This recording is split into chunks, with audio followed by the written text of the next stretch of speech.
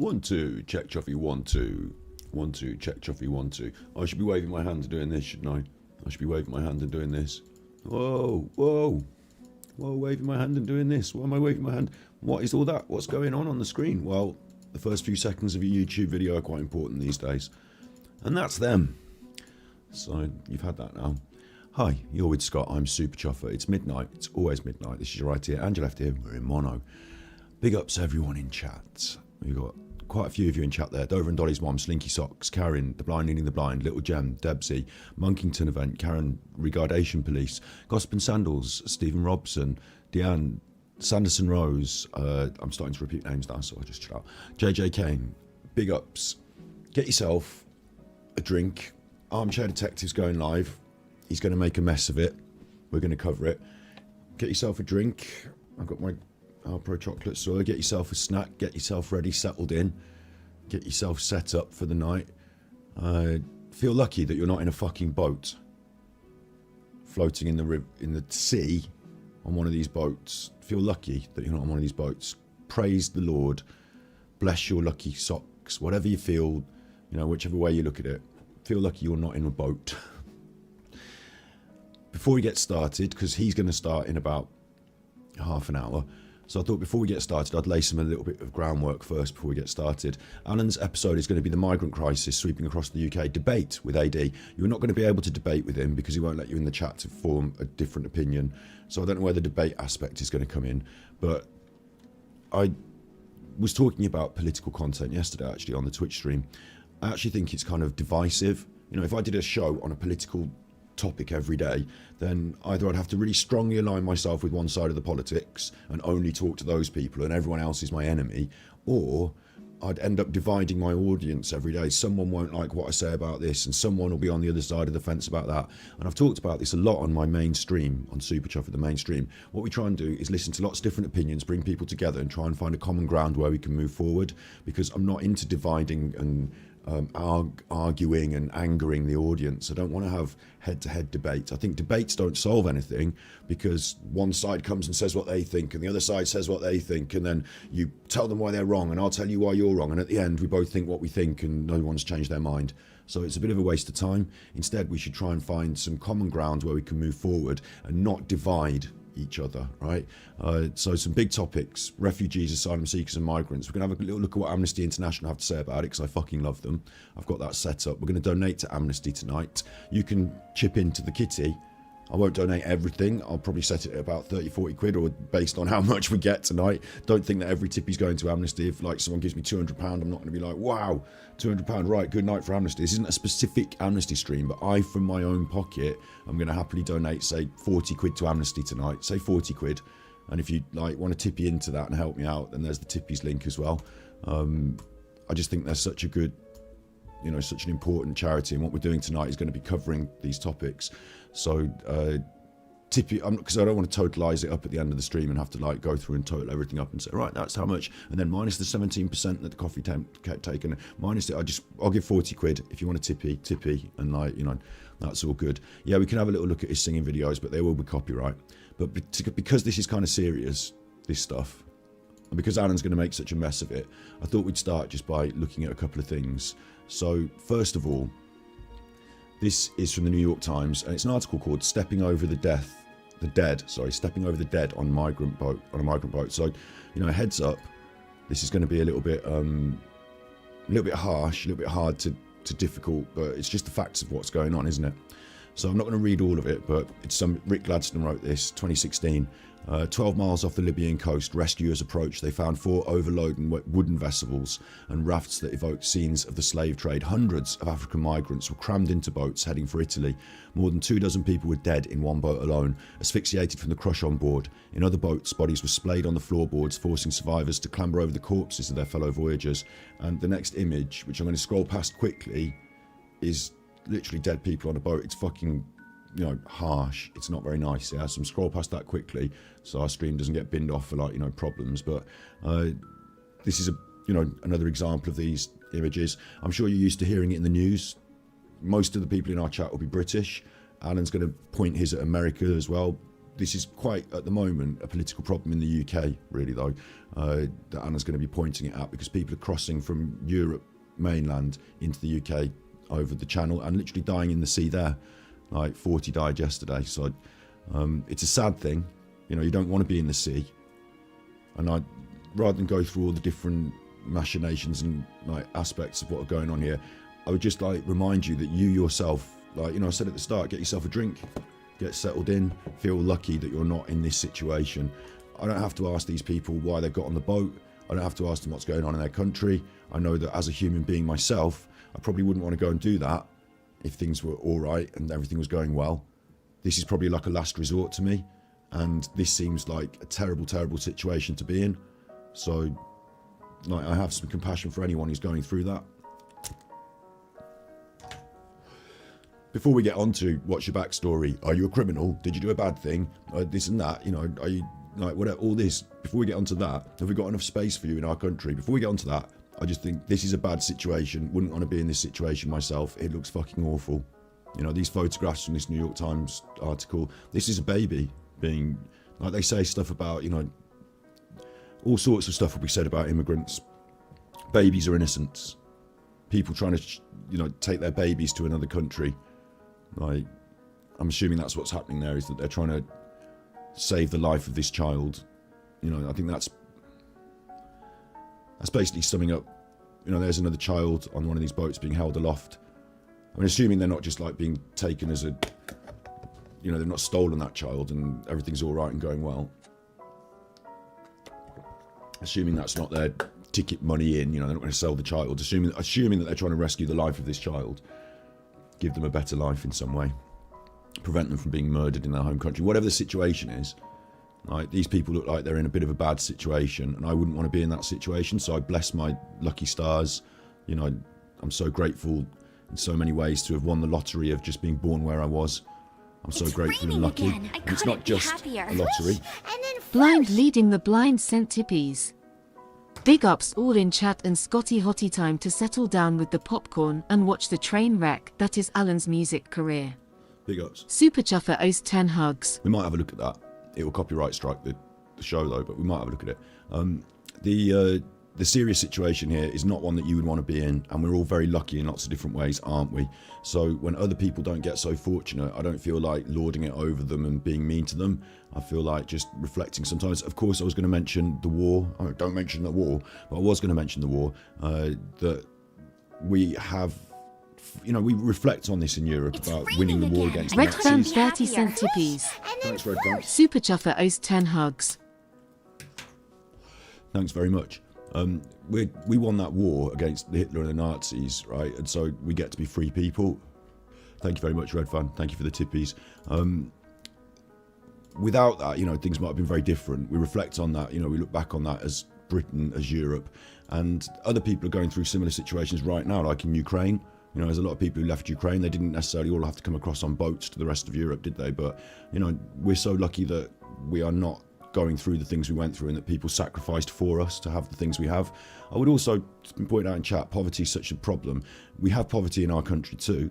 There are people in our country that need help, but they're born into a system and a country with a lot of just inbuilt benefit. You know, the NHS, police, schools.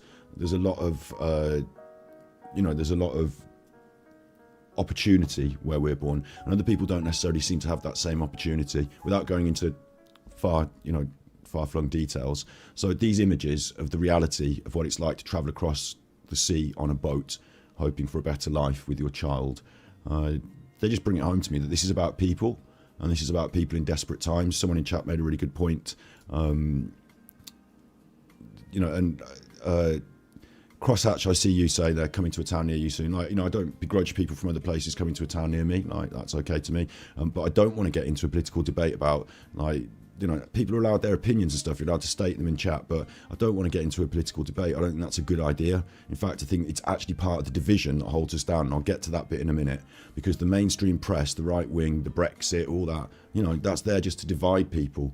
You know, it's not there to help anyone out.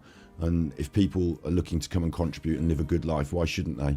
Like, I can see people that live in my town near me, that are being massive shits and dealing drugs and messing about and, you know, being rotters. And that's got nothing to do with where they were born or their immigration status. It's just because some people are good chuffers and some people not so good chuffers, I guess. You know, everyone's got the opportunity to be good, though. So we'll talk about it in a minute, Crosshatch, but I'm not, again, I'm going to, okay, I will give everyone the space to have their opinions in chat. I don't want anyone in chat arguing back and forth with each other. I don't want to create a debate here. What you will also give me the respect of is stating my opinions on my stream and not being like you typing that thing in there in like they could stay in France. Right, well, that's it solved then. Fuck it. All my opinions go out the window. Like what you said makes sense. That's it. So give me a minute to say what I want to say first before you start popping off with this sort of shit, because clearly we're sat on slightly different points of the debate here, but I don't want to have a debate. I think that's useless. Okay, but give me the grace to state my opinion first, right? So these images first, you know, they hit home. Yeah, they hit home. To me, they do. They might not to other people. Oh, they're black people, so it doesn't matter. I don't know. Like, to me, it hits home. Yeah. Then you've got another side of this debate, which is what someone in chat was alluding to. You know, you might not be so far on this side. You might not be the UKIP side, but the UKIP call for immigration. Oh, we need to close the borders. Oh, we needed Brexit so we can close the borders. These bad people are coming on boats, and we need to net zero immigration. I don't want any of them coming, and all this business, right? So it's a political problem, and actually, when you talk about it, number of children born into poverty in the UK. So at the moment, there are 4.2 million children in the UK living in poverty, right? Someone said in chat, you know, poverty's a bad thing. It's not just people that are immigrants. There are 4.2 million children in the UK living in poverty, okay? 4.2 million, yeah? So what about the number of immigrants in the UK? So in the UK at June 22, there was an estimated 10,000. Sorry, is that? Okay, these are people who are not born in the UK. That's not what I mean. I want people who are coming in on boats. You know, number of illegal immigrants. That's what we're talking about, really, isn't it? So there's no definitive figure, but estimates imagine between 800,000 and 1.2 million people in the UK, undocumented apparently. So there's a lot more children than there are illegal immigrants. So to have like all this anger and this vitriol about people coming in on boats, and really the realistic numbers about the thousands of people coming in on boats, thousands, and the millions of kids in poverty, this debate should be more skewed towards what are we not doing in our society to support the people that need supporting, like the children who are in poverty. But instead they're making you angry about these bad people coming in on boats, so you don't get angry about the things you should be angry about politically. It's a distraction, and it's a dividing thing. Okay, so politically you'll see a lot about it in like the Daily Mail and things like that. There's also another problem we've got at the moment, which is we had the Brexit, and they told you, right, they told you the Brexit was going to be to control the borders so you would get less immigration. In fact, you're getting more of these illegal immigrants now since the Brexit, because they didn't control the borders, because they didn't set up immigration centres. Instead, they decided to put these people in hotels, and they're Tory fat cats who own the hotels and work in that industry, you know, who operate on those big scales in the industry with their shareholders. Those people got a lot of money because the government are giving our taxpayer money to their hotel conglomerate groups so that the illegal immigrants can stay in the hotels. And that means that our taxpayer money is being filtered off to the Tory party donors, so that they can have their full, like those hotels were dead and empty, now they're full and they've got lots of money. And so they didn't want to control the borders. In fact, they just wanted to filter off your money and gain control of power. So they use this as a lever to make you angry, and it's something that is out of proportion with the things that you really should be angry about. So regardless of whether these people should stay in France or not, you being angry about it is you losing sight of what's really important in your communities day to day. Really it is. And it's a sad way to have manipulated people. And the proof of the pudding is in the eating. Brexit happened. You gave control to Boris Johnson and his friends. Boris Johnson's got £1 million house and you've got nothing. You know, like, other poor people are not your enemy. Other poor people, like other people working on the breadline, are not your enemy. The people at the top end who are filtering off your tax money so that they can have their elaborate and expansive lifestyles, they're the people that have screwed you over, okay? And they promised you they would deal with this, and instead they've made it worse, and they're using the money that goes through the system to take it for themselves and give it to their friends who run hotels. So that's what's going on here, okay? These political people who are far right aligned, UKIP, all this, far right aligned, they've had their say.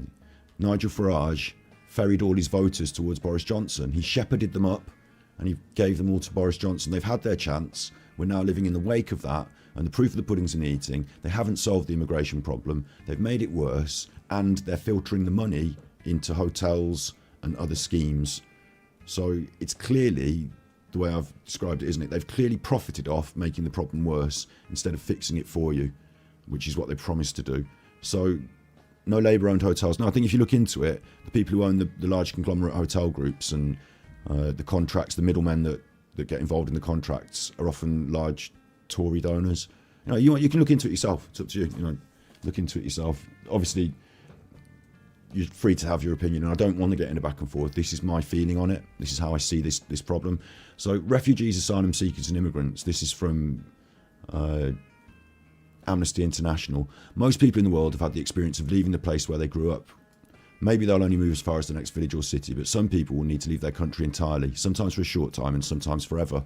It always makes me wonder, if you want to go anywhere, like let's say you want to go to Spain, should you be allowed to? I think you should be allowed to. Like, the birds can fly. There's no immigration rules on birds flying south for the winter. What if you want to have a little, if you win the lottery and you want to get yourself a little place in New York, a little flat in New York, should you be allowed to? I think you should, shouldn't you? I think that should be okay. But all of a sudden, someone else wanting to come here, no.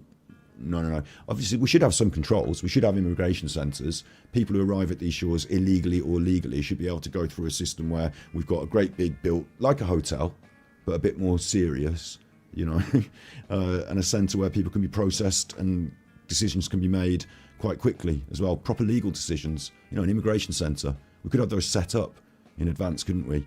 But unfortunately, we haven't. And even to my opinion about freedom of movement, it's about human rights. Ultimately, it's about your human rights as well, because the minute we start trampling on human rights of other people, and this is part of the UKIP agenda, this is what the Tories want, is to stamp on your human rights. We've got the Online Safeties and Securities Bill, haven't we, so that you can't talk freely on the internet.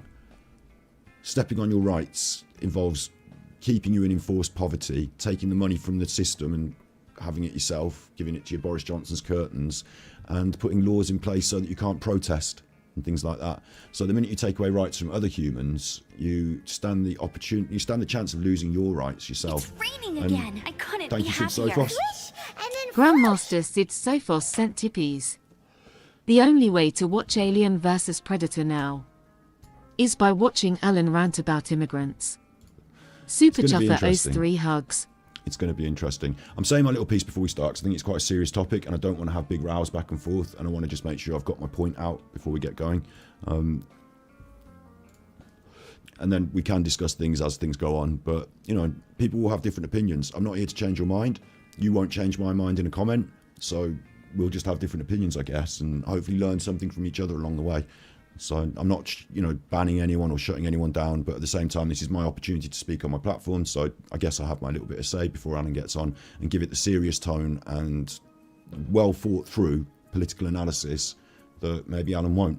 So yeah, we've got the division, the divide and conquer, the keep you angry about the bloke next door instead of being in tandem with them, helping society to move forward. We've got taking away from society, like the amount of cuts they made to the police, and you complain about immigrants and crime. Where's all the police?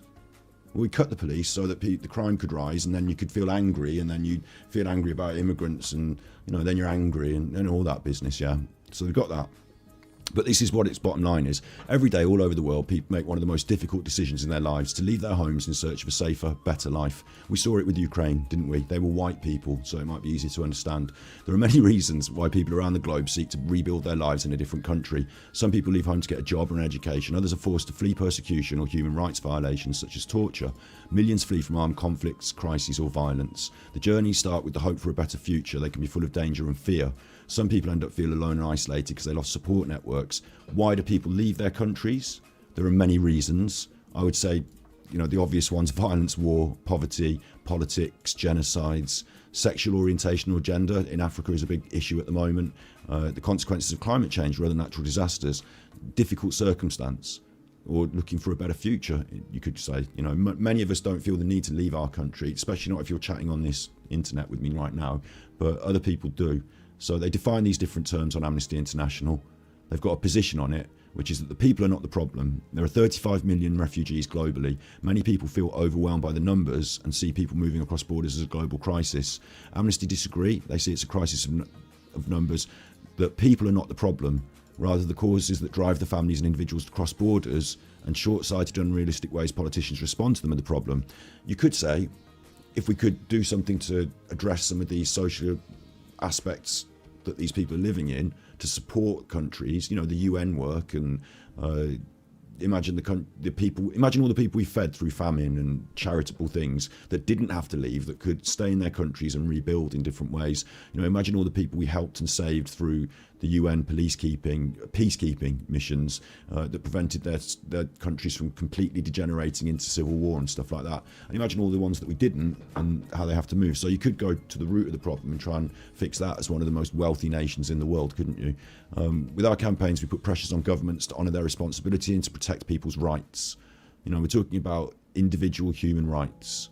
And there's campaigns, there's finding out. So if you really want to have a good read of something that I think is good, there's Amnesty International in the chat, pasting that into the chat. So my opinion on it is quite left-wing, I suppose, opposite of the right-wing. And that's okay, because the right-wing ended up being the Nazis and the fascists, and the left-wing are like the people who won the war and the people that like a modern future where people can actually work to contribute to society together, and we don't have to divide people based on where they're from. Just because I won the lottery doesn't mean someone else should suffer, in my opinion. That's where I'm going to come from. I do understand, of course, that having a completely open door policy to all the Albanian criminal gangs and having every African that ever did a bad thing in a civil war come over on a boat and start running around sexually assaulting everyone, that's probably a bad idea, isn't it? Yeah. So I don't think that's the way forward either. So bear that in mind. I'm not here saying, right, free open policy doors, get on your boats, lads. Let's why don't we provide the boats for them? What I'm saying is we should be more proactive internationally. America, Great Britain, the UN, they try, but at the moment they're proactive in dealing with someone fighting a war in Russia and things like that. And that's actually quite helpful to address the immigrant problem as well, isn't it? Because those people don't have to leave the Ukraine. But finding the root of the problem at source and addressing that, rather than having the people having to get on the boats in the first place, is, I think, the way forward. And that involves international policies, it involves international politics, and some sort of international regulation of all different conflicts around the world, and then the people that are suffering, I think, we should be able to open doors and help them. We do need to address the poverty in our own country first. It's not that we have a perfect system, so people that come in on boats can then just be filtered into the system and then everything's fine because we've got loads of everything to give out and everyone's doing great over here. We have got problems. A bad stream, yeah, I'll tell you what, right? We're going to go into Alan in a minute. This is going to cheer up. We're going to end up having laughs. We're going to, I'll switch on the laughs when Alan comes on. But what I think is important to remember is that this is a real problem. So I've done my serious bit at the start. And also, I wouldn't do a stream like this, because it's basically a divisive political stream where I either whip up the right-wing agenda, and you're either on the right wing and you whip up the right wing agenda. Oh, these bad immigrants. Oh, these. I've got a video where someone had been sexually assaulted in a fucking thing by an Arab. Either you whip up the right wing agenda, or you sit on the other side opposed to it in the way that I kind of have done at the start. I can't help my feelings and my thoughts. You're allowed yours. So that then creates either an echo chamber where all the people that like what I'm saying can join and we all agree. Like, you become like a GB News or an Alex Jones or something like. I don't know, Alex Jones is probably a bit out there, but you know what I mean. You become like a political mouthpiece. Or on the other side, you might become like a Russell Brand or something like that. I don't want to be a political mouthpiece. I don't want to argue. Like, if you don't agree with what I think about immigration, that doesn't mean you're a bad person and that I don't want to be your friend and we can't see eye to eye on anything. It means that we have a difference of opinion about quite a complex issue that has been manipulated by the mainstream media quite heavily for political reasons. So that in itself seems like a bad thing to get started on as a human way forward. Because there's big companies with money, right-wing media, which is what Alan's using in his thumbnail here, right-wing media, the Daily Mail and stuff like that. They've got, big money behind them to whip up problems so that you can argue and feel unhappy. So I don't want to do that. I think that in itself is a fool's errand. That means that if I were to do that, then what I'm doing is I'm being played like a fiddle by the right-wing media, or the media, just say the media, yeah? I don't want to be played like a fiddle by the media. So I don't think what they shout about the most and have all these problems and, the hotels and when you add all this problem up, like I said, and put it in perspective, there's far more children living in poverty that were born in the UK, whether you like it or not. There's other problems that are higher on the agenda. And it's terrible these people are dying in the boats. It's terrible that they're dying in Calais, but there are actual children dying of mould in flats daily. I couldn't be happier. Reform BBC sent tippies. Thank you. Dio, I have your permission to put you in the video. That make about Mad Detective Alan. Yes, you do. On my channel, Reform BBC. Thank You. Inspector C. Yes, you do. Super Chuffer owes 3 hugs. Certainly have my permission up until the point where you start insulting me and then I'll do you for copyright. No. You certainly do have my permission, yeah. I don't mind if people clip me. I don't mind it at all. In fact, it's a great, I would say thank you for that, sharing the content and the work. It'd be nice if you put like at Super Chuffer or from the Super Chuffer channel URL, in the description or something as well if you do that. But otherwise, just thank you, yeah. So yeah, like, I'm not saying this isn't a problem. Obviously, it's a very real problem to these people who drown in the sea. But what I'm also saying is that when you put the problems in our country in perspective, this one is on the agenda, but it's not the highest problem on the agenda, in my opinion, because there are children being born into poverty right now. There are families that can't feed themselves. There are, we're living through hard times in lots of different ways. And 4.2 million children living in poverty in the UK. And that can't be all the immigrants because there's only like 1 million immigrants total. So what's happening? Why aren't we fixing this? That's for me, that's quite high on my, like, if you asked me to do my politics and what I think we should be, arguing about and putting in the House of Commons and sorting out, there's the NHS backlog and those sort of things. There's problems in society, yeah. And then immigration and, dealing with that by simply constructing a full-scale immigration centre with proper immigration personnel, proper immigration policing. Those people shouldn't be dying in the sea on the boats. We should have a few different, like, we've got the Navy and all sorts, haven't we? We can put the money into boats that can kill people and blow them up, but we haven't got enough boats to patrol the seas. Like, we should be patrolling the seas. Like, the Navy should be brought in then, and they should patrol those seas, and not just bring them back and put them in hotels, but we should have set up the centres. For Christ's sake, they did campaign for Brexit with this as an agenda. They did win. So even if you want to, the next political aspect of it that I should finally point out is that before Brexit we had fewer refugees, because the problem that we've got now as well is that we're not part of the European Union. So when the refugees come to us, they're ours, and we can't deal with France and these other places to send them back because they're not part of our group anymore. We were all part of the same group. Sending them back to France would have meant just sending them from Europe to Europe, so it's no political problem. But now it's a big political problem because there are immigrants and you're immigrants, and that's a problem as well. So why didn't they have the foresight to set this up? I don't know. Well, in my opinion, it's because they didn't care. They never cared. This problem can get out of hand. They don't care. They just wanted your vote so they can have your money to pay for their curtains. So yeah, you can see that I've thought all this through. I've had a good think. Now we're going to get into what Alan thinks. Things are going to get messy. I had a few more points to make, but they can be made another time. Doesn't matter. Things are going to get messy. Later on, I'm going to give 40 quid to Amnesty. If you don't like it, don't tip me, or please tip me, because Amnesty at the bottom line are trying to help people who are on the Doesn't matter where you're from and what's going on. The bottom line is, these people shouldn't be people shouldn't be suffering. What's wrong with our world where people suffer and people like revel in it and encourage it, or are angered and don't care for them? And you know, people shouldn't be suffering. I'm lucky I'm not suffering in that way. So my great-great-grandfather, you know, my grandfather went to war so that I wouldn't have to suffer. I'm prepared to give a little bit of money to a charity so that other people don't have to suffer. I don't have to go and kill people or get killed. It's a lot easier for us. We're so lucky. So yeah, that's my bit. That's my bit. What's this nightmare going to be like? I predict racism. I predict right-wing dog whistles. Hello there, and my name's Alan. I am a video that you'll play at some point, probably. What is it? Sunday. Yeah. Can you put the microphone in front of your face? Good to be back with you again. Not once this more, again. my friends. Tonight I'm going to do a subject that's like close to my heart that we've never looked at before, but I just feel it's such a crisis that we need to. My name's Alan. I'm known as the Armchair Detective. If you're new to me, you probably may be here because of the subject matter tonight, which is a worldwide migrant crisis. I don't think Alan understands Asylum what he's talking seekers. about. But we'll see. Who are leaving countries in their droves. You see, I'm old enough to know the old world order, right? The old world order? What's that, the British Empire? You'd have all the oil-rich nations with Saddam Hussein and Afghanistan, all those things. They were controlled by barons and strict rulers and stuff, right? And they weren't allowed to leave the country. None of them were allowed to leave the country. Right. Were they?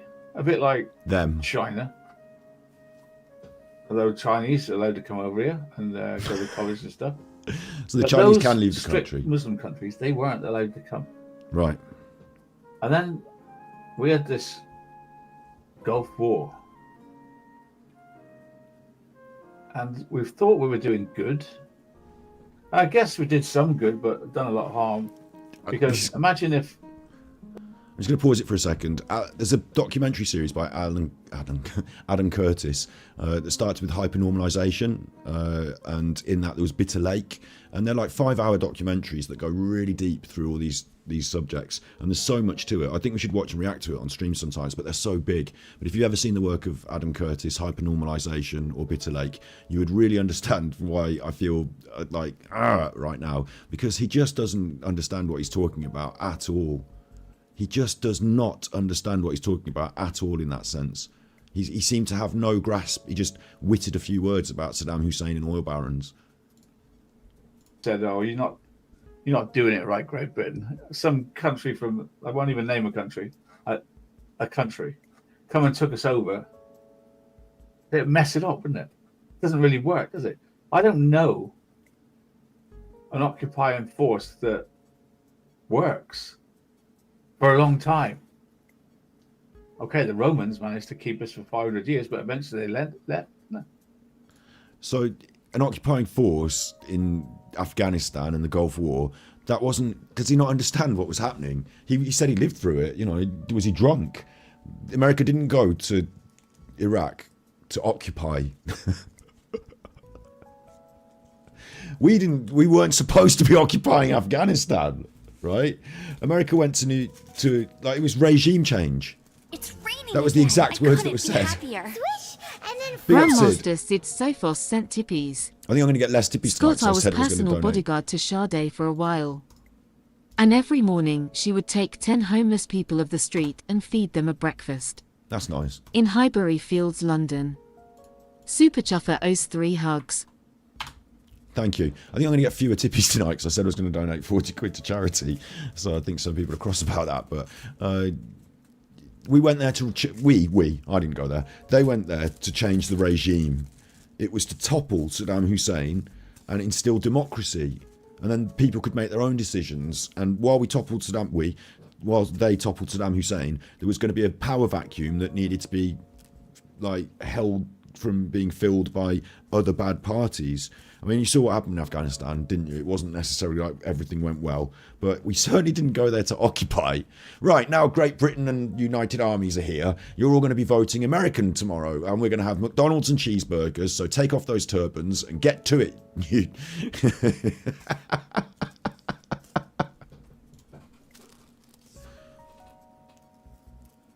If you take over a country by war, you eventually have to leave in peace.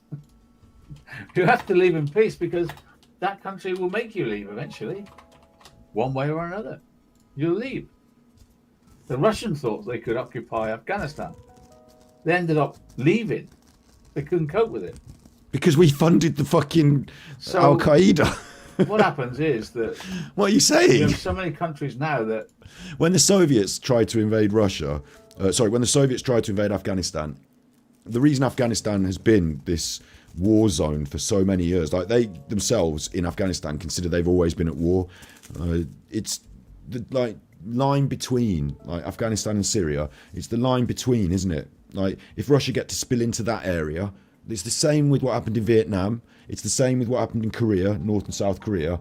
If communism is allowed to spread, then it could just continue to spread. And then you've got communist Africa, and then you've got two superpowers, like essentially communist Siberian Russia and communist Africa, like communist Arabia. Like, could you imagine that? That would be bad, wouldn't it? So instead, America and the rest of the free world on the West, we get involved. Oh, no more communism spreading.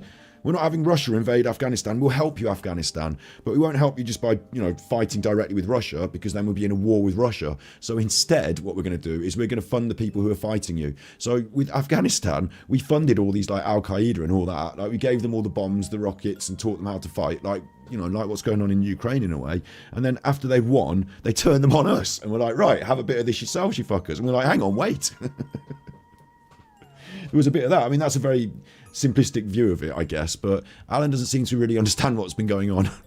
looking for the promised land, Europe, they make the trek into Europe. And then they hear the stories in Europe. Oh, you want to go to England, mate? You go to England, they give you a house, clothes, money, everything. No, that's a confusion, actually. I've seen the statistics. I should have brought them up earlier. The reason that people come to England is because, believe it or not, England is a more spoken language across even places like Africa and Arabia. Like, English is on the telly. It's American, England. Like, so many people talk English. So you've got the language thing. Then you've got...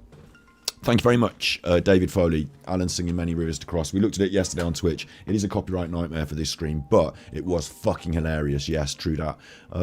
So a lot of people come to England for that. Also, you might notice there's a lot of mixed culture in the UK because over the years we had this international empire. Like the reason you can go and get a Chinese meal or an Indian meal, it's not by accident. We actually went out I didn't do it, but my ancestors went out all around the world and, for good, better or worse, dominated countries and took them over. And then people came and, like, during the war, they all fought with us against the baddies, didn't they? Like, you had Jamaicans fighting because the Queen and country. You had Canadians because of the Queen and country. You had Indians because of the Queen and country. I'm talking, Asian Indians. Like, we've got this cultural melee. Like, we've got lots of different people, and quite a lot of immigrants from other places come to England because they've already got family here. That's actually another top. No, on it. Raining again. I couldn't big be ups. happier. Helen sent tippies. Thank you, Helen. Super Chuffer owes 3 hugs. Thank you. A lot of, you remember Family Fortunes? Remember Family Fortunes with Les Dennis? We asked 100 people to name the reasons they immigrated to England. Because they've got friends and family here. That's the top answer. So it's not because they heard they'd get a free house and that we get free houses given out and stuff like that. It's that and also, right, if you're proud of Great Britain, and pride is not a virtue, but if you're proud of Great Britain and what we do here, Andy big up sent Sandy. tippies. For the charity of your choice, big ups the Mimps. Thank you. We're going to give Super some to Chuffer owes Amnesty 10 International hugs. today. If you're proud of Great Britain, which you should be, the reason my grandfather went to fight in that war, the reason my nan had 9 brothers that went to fight in the war, and they all died. I never got to meet them, but every day I'd have a little moment to think about the sacrifice they made so that I might live. And 9 of them didn't have families, but I'm here, So, those people that fought valiantly in those wars and the Afghanistan and even the more modern conflicts, you know, they do so that we have this opportunity, don't we? So that we've got this. I'm getting a bit distracted now. They did so that we've got this opportunity, and that we live in this free world, and like freedom and opportunity and human rights, like that's worth fighting for, isn't it? So yeah, top reasons that people come to the UK, because we won the war against fascism. And yeah, that's it. If you're proud of being in Great Britain, you're proud of what we won the war for, you're proud of what they'd fought and defended, and this transfers to America. You know, support the troops. If you're proud of what those troops represent and what they fight and die for, if you're proud of the land of opportunity, the home of the free, the land of the brave, or whatever the words are, you know, if you're proud of those things, that the American dream and the Pledge of Allegiance, if you're proud of Great Bubbles Britain, Z Brew sent tippies. thank you, Bubbles and Brew. We love you, Scotty Hottie. Thank you for saving my life. Big ups MIMP squad. Big ups, life saving Super Chuffer squad. owes 3 hugs. If you're proud of Great Britain and those things that you hold so dear, the fact that, you know,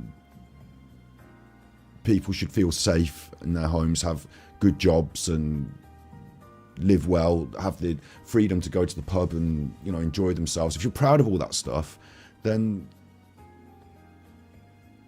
isn't that... See, I lost my train of thought one more final time. Fuck, I had it then. What was Alan saying? Alan was saying... Trek into Europe. Oh yeah, the reasons they come. If you're proud of all these things that our society is supposed to be, if we've got the best country in the world, us in America, and our free societies and our capitalism and all this, well, you know, if we've got the best societies and you're proud of what we do, then isn't it right that people should want to come from other countries and join us? Like, isn't that right?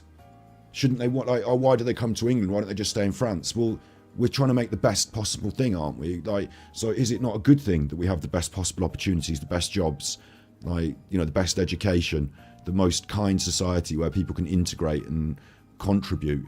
You know, isn't it great that we've got the best football team with different people of different heritage? You know, it's like, isn't that good? Isn't that what we want? So the fact that they don't want to stay in France and they want to come to Britain, and you're all proud of great. This is the thing. Another, you know, UKIP thing that annoys me. Pride of Britain. We're proud to be British, but no one else should want to come here. Why don't they stay in France? Well, France is shit, isn't it? Britain's great. You're constantly going on about it, so it should be no surprise. And also, we should be like happy and welcoming because we're the best country in the world, to support all these people and help them in different ways. But I will go back to that point. We should be going to the root of the problem. People shouldn't want to leave their countries in fear. People shouldn't be living like that. So maybe we need to do more globally to address those things. But yeah, carry on, Alan. It's And then raining here's a again. sto- I couldn't Grandmaster be happier. Sid All right, yeah, Sophos good sent point in chat as tippies. well. Scott, you enough for charity. These tippies are for you, bro. Thanks. Put yourself first for change. Super Britain- Chuffer owes I'm 3 first. hugs. I'm first, me first. Me first isn't always a good thing, isn't it? We don't teach people me first when you go to school. Or, you know, when you get to school and if there's a queue, me first, that's the way we treat people. That's the way to do things. Me first is, we don't do that, do we? We teach kids not to do that. And then the idea that Britain should be first. Anyway, not one person is British, yeah. Norman, Saxon, it was Celts were the original British. They were pushed out to the extremities of Scotland and Ireland by the Romans, the Normans, the Vikings, the Christians. There was another Roman invasion. The Normans, I've said that. Like, all these different people. America is a land of immigrants. America is a place that was developed, like the native people got murdered by them, didn't they? Haha. But you know what I mean? Like, yeah, everyone has always been moving around in the world, and the idea that in the future we should not be one globe. Like, imagine if aliens came from somewhere. Alan was talking about aliens the other day. Imagine if aliens came down and said, like, take me to your leader, and they said, well, we haven't got one leader, we've got several different leaders, and we're all arguing at the moment. So can you wait a minute while we decide who's in charge? It'd be like, what? Like, we've got to fix the world's problems of global It's warming raining and stuff. again. I Like, we've got to couldn't fix be them Helen together. sent tippies. And then whoosh. Lots of my family have fought in the wars, including my brother. Big ups. Alan doesn't have a clue about anything that doesn't affect him. Big ups. XXX. And it's really interesting. Super Chuffer owes 3 hugs. And I should stop voicing my opinions here because we'll never get through it, but it's really interesting. Another point here, talking about the wars, like those people that go out and fight in the wars, those people that shoot the guns and, you know, kill the bad people, are also the people that pick up the wounded and the children and rebuild the hospitals. You know, like they're also the people that keep the peace on the streets so the countries can rebuild. And so you see these photographs of, like, you know, an American soldier with an Arabian child, like, on a stretcher, or, you know, doing something like that. They're also the people that help. The people that are in those countries are not all the bad people. It's not like all the Arabs have got Haji, you know, we're the ISIS, they're all bad. No, it's that there are good people and bad people, and the bad people need to be taken out and the good people can be allowed to flourish, isn't it? So to think that everyone is bad because they're different is just seemingly ridiculous. And the armies don't go out and indiscriminately kill everyone. They shouldn't.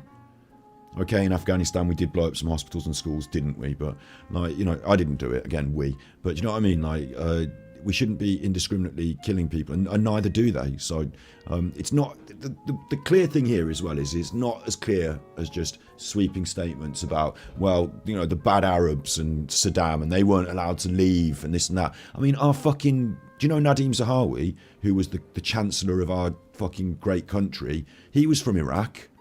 He was allowed to leave because they had money, so he was sent to one of those nice schools.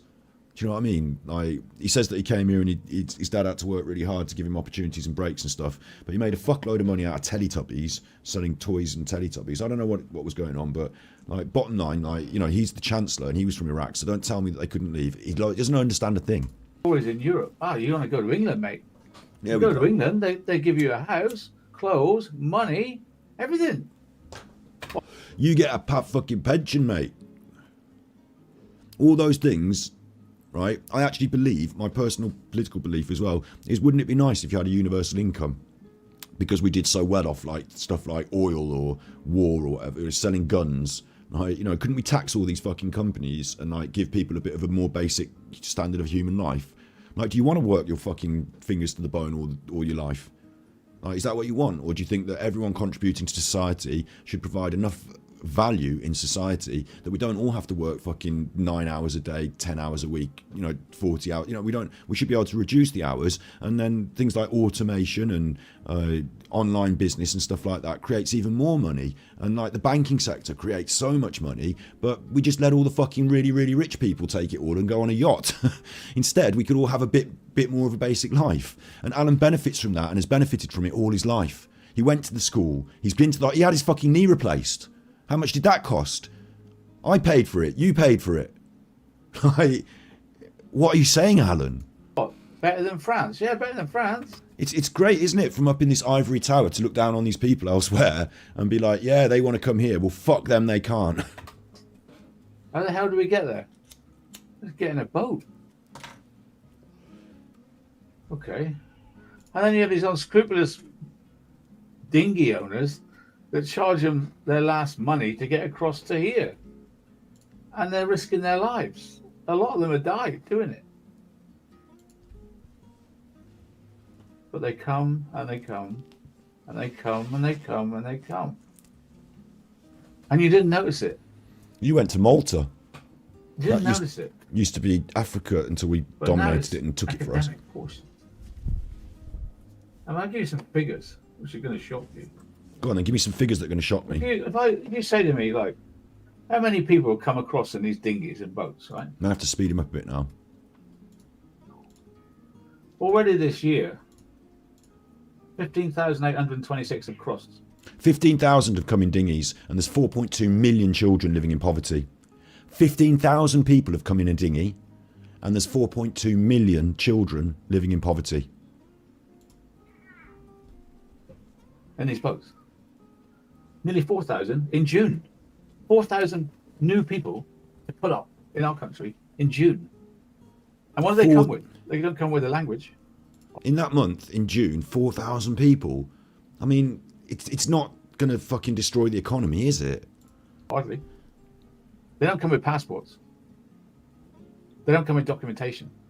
They don't come as families. They come as... No, quite often they will send the, like, strongest and fittest first to see that if they can gain asylum. If they gain asylum, then they can have their families brought over as part of a legal process. So it's quite often, it wouldn't necessarily be like the women and children first in this situation, no. Young men. Some of them, nearly 30, saying they're 18. Because they get better conditions if they're younger. I don't want to get political. You don't want to get political? You're doing a whole fucking show. It's politics. It's politics. I'm not saying all, but 90% of you. And Alan is going to speak speak the rhetoric and fear mongering of the right wing.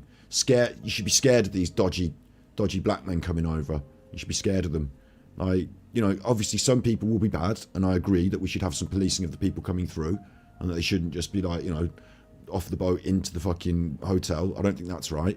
But at the same time, I don't think that we should fearmonger, because if Alan understood anything about sociology, he would understand about the idea of Moral Tales and Folk Panics by Stanley Cohen. And Stanley Cohen was a sociologist who looked at the mods and the rockers back in the day, and how the mainstream media created bogeymen out of mods and rockers, and you should fear these mods and rockers because they're causing fights, and the young people are on the streets causing trouble. And what the media do is they create a witch hunt, a folk panic, a moral panic, so that you all get eggy and wound up, and it sells papers, and there's a social factor to it. But Alan doesn't understand any of these things. He's now going to actually just preach the fear-mongering rhetoric from the right-wing media, which he himself has slandered over the year. Like this last year, he said with the Nicola Bulley stuff, you can't trust these people in the media. He said with the Nicola Bulley stuff, these papers weren't to be trusted. And now he is the Daily Mail. So, Amen. if you really understand politics, you will understand, it doesn't matter which side you're on, okay? If you really understand politics, then you're not going to accept that whatever's said in the Daily Mail, bang on, let's do that. Unless you are politically aligned with the Daily Mail, in which case, I don't think you really understand politics, unless, I think these people lever it for their own good. I don't think Boris Johnson is a massive racist who wanted to just do racist things, but I think he doesn't care about people as long as he's making £1 million. So, these issues are so nuanced and layered that I don't think anyone would say let's parrot fashion the Daily Mail and scare people about immigrants is a good thing. I just don't think anyone would think that's a good thing, unless you had a reason to do it. What do we do with these young men that come? What do we do with these 4,000 that came in June? And then it got worse and worse and worse. Well, what we do, we put them in hotels. Yeah, this is my point. They put them in hotels. So now what you have to do is follow the money. Okay, I don't want to feel like a Poundland Russell Brand here. I don't want to be like a pound shop Russell Brand, discount Russell Brand. But don't you have to follow the money? They're making political decisions. The people that we voted in have made political decisions, and those decisions include putting the people in hotels. Again. I couldn't be happier. Swish. Thanks, Sid. Grandmaster Sid Sophos sent tippies. The only asylum Alan belongs to is the lunatic asylum. That's a good one. Super Chuffer owes 3 hugs. So my principle would have been 3 years ago when you started Brexit, why didn't you start building asylum centres, like immigration centres where people could be held, not like a prison, but quite like a prison. I don't want these people just coming in and running off. They need to be held in a humane way while we process them. And it happens. There can't be months and months and months of staying in a hotel. Let's get them processed in a week, turned over in 2 weeks. Let's have people and officials working in these centres. Like I said earlier, let's have the boats patrolling. They can't come in from the fucking sky. They're not airdropping in. They're coming over this one small stretch of the channel. So let's patrol it. Let's get the people and let's control it. So that wouldn't necessarily be a problem. Or the other option is what's actually happened. Let's pay people who own big hotel chains lots and lots of money so that we can use their hotel chains. And it's almost as if the people that own the big hotel chains were having problems because you had COVID and Brexit, and there's not many people in their crappy seaside hotels down in Dover anymore. Everyone goes on holiday to Spain and Europe, don't they? So instead, these were the people who wanted Brexit because they wanted their hotels full because everyone was going on holiday to Europe. They don't like Europe. So now those people have got full hotels and are making a mint. The hotel people, who's making money in this whole situation? That's what you want to look at, the hotel people.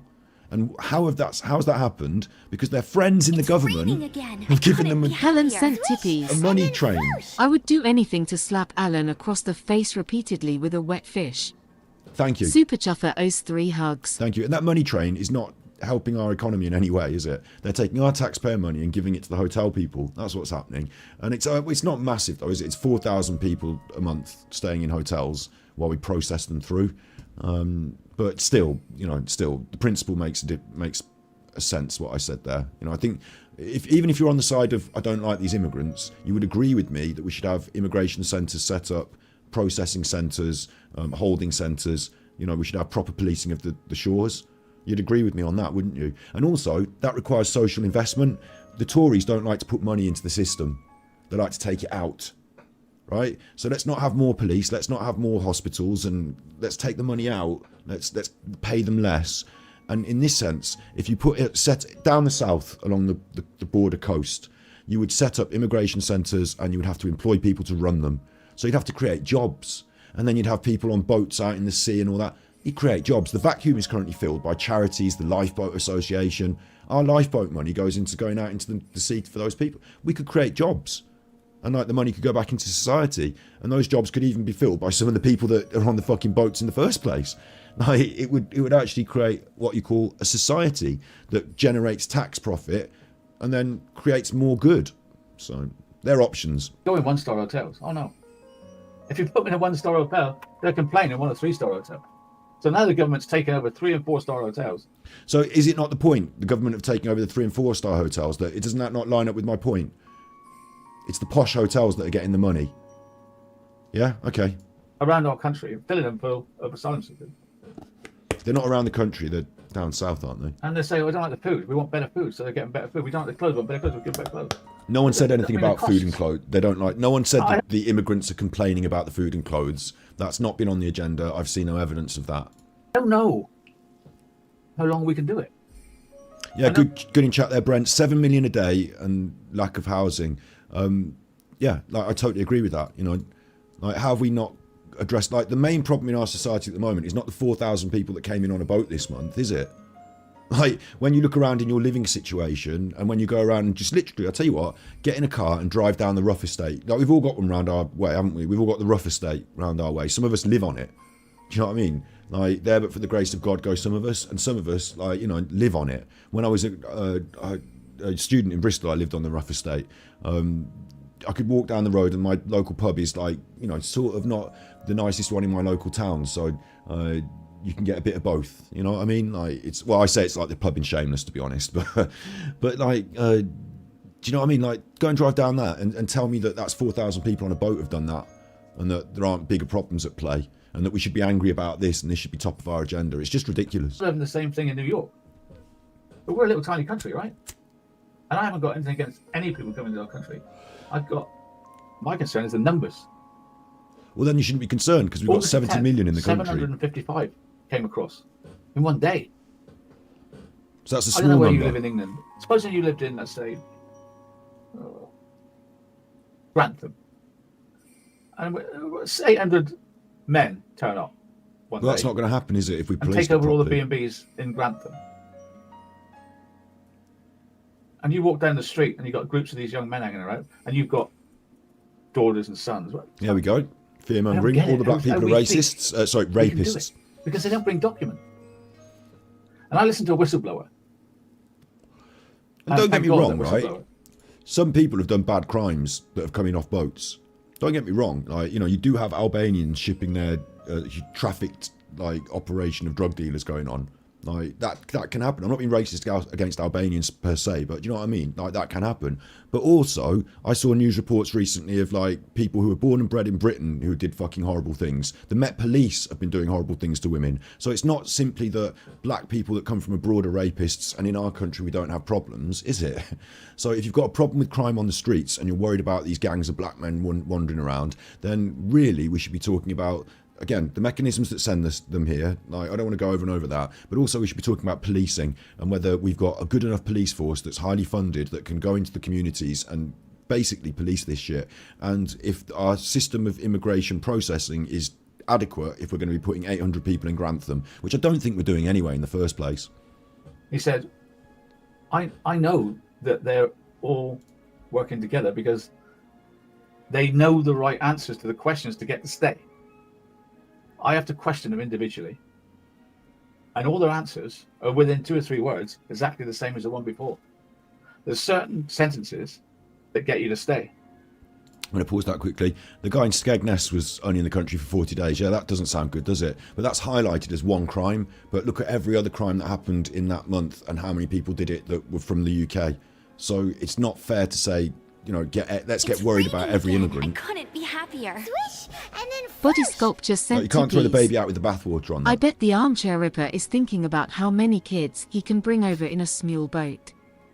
I reckon his boat is kitted out with mirrors and chains and multiple black beds, and don't forget the odd chain saw bolted to the walls just in case they escape.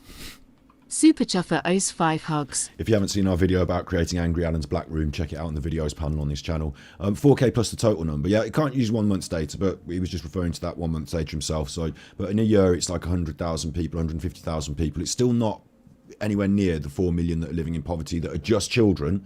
Those children are living in poverty. Their whole family's in poverty as well, isn't it? So you add the adult in the family, and you've got more people. So we've got a bigger problem with people living in poverty than we have with immigrants coming over the border.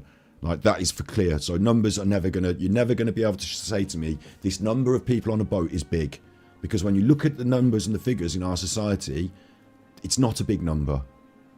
It's simply not. It can build up if we don't take control of it. Agreed. I'll agree with you on that. If we don't, like, the number is getting bigger because the people that are supposed to be in control of it, that people voted for to be in control of it, have not got in control of it at all. So I'll agree with that. The number is getting bigger, and it is a problem. The problem is getting bigger. It's like saying I've got an ingrowing hair on my leg or something, you know. The pimple's coming up, it's getting bigger, but at the same time, I've got this massive fucking gaping wound in my shoulder, and I should be worried about my pimple, because we need to fix this other great big problem in our society about hemorrhaging money to the right-wing upper class instead of putting it where it needs to be and helping the people out of poverty and creating jobs and securities and futures, a thriving NHS where the people are well remunerated, a strong police force that can operate at all levels of society, so we're not being run by drug runners and gangs, and where in London all the best and finest things aren't owned by Russian oligarchs because they've got political fingers in the pies. Do you know what I mean? And they know the sentences. They memorize the right words. And they say, I know it's organised because they all have the same words. And they come with all these British lawyers that back them up. And the British lawyers are making a fortune, millions, out of this system. The lawyers are making the money now. But there's now over 100,000 people across the channel in boats. A dangerous thing. Hundreds have died. 100,000 people. And that's the ones we know about. Well, it's not.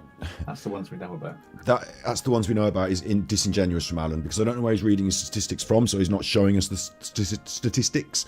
But the ones we know about, you mean the illegal ones then? Because they're the ones that we're talking about, yeah? And then those people is an estimate, isn't it? Because you don't know about them because they're illegals. So, like, yeah. There's loads we don't know about.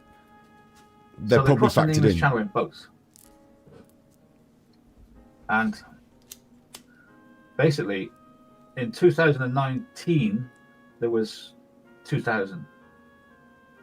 2020, there was 8,000. 2021, there was 28,000. Yeah, it's getting bigger. Yeah. 2022, Which proves my point. there's 46,000. Like, the process of removing ourselves from the EU has led to greater immigration. The process of voting in the Tories and letting them have control has led to greater problems with immigration. And they were the people that promised they were going to fix it, and they said that Brexit was a vital part of fixing it. So something's not right here. And this year already is equal to last year. So last year, nearly 50,000 asylum seekers rocked up in boats, little dinghies, across the water. 50,000. That's nearly 1,000 a week, even if you include the winter. Now, I don't know about you. I can't afford as a taxpayer to have 1,000 people a week coming in boats. I'm sorry, what? You can't afford it?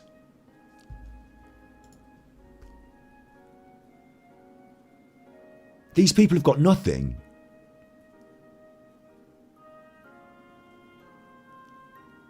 You got your knee done on the NHS for free.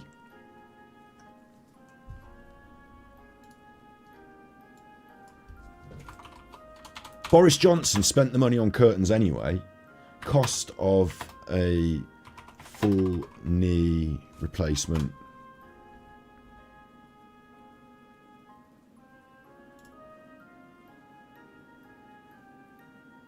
fuck's this? Just give me the fucking cost of a full knee. Anything from 5 grand to 15 grand for your knee surgery at the practice group. So let's say in between that 10 grand. You know, Alan wanted special treatment. Let's say 10 grand. Let's say it costs 10 grand to have your knee replaced. Alan's cost all of us 10 grand to have his knee replaced. He can't afford for these people to be coming in.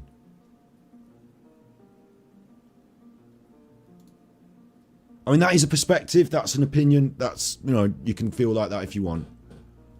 I can afford to give more of, like, when we give tax, we do it not just because, okay, right, I'm going to give to charity today, obviously.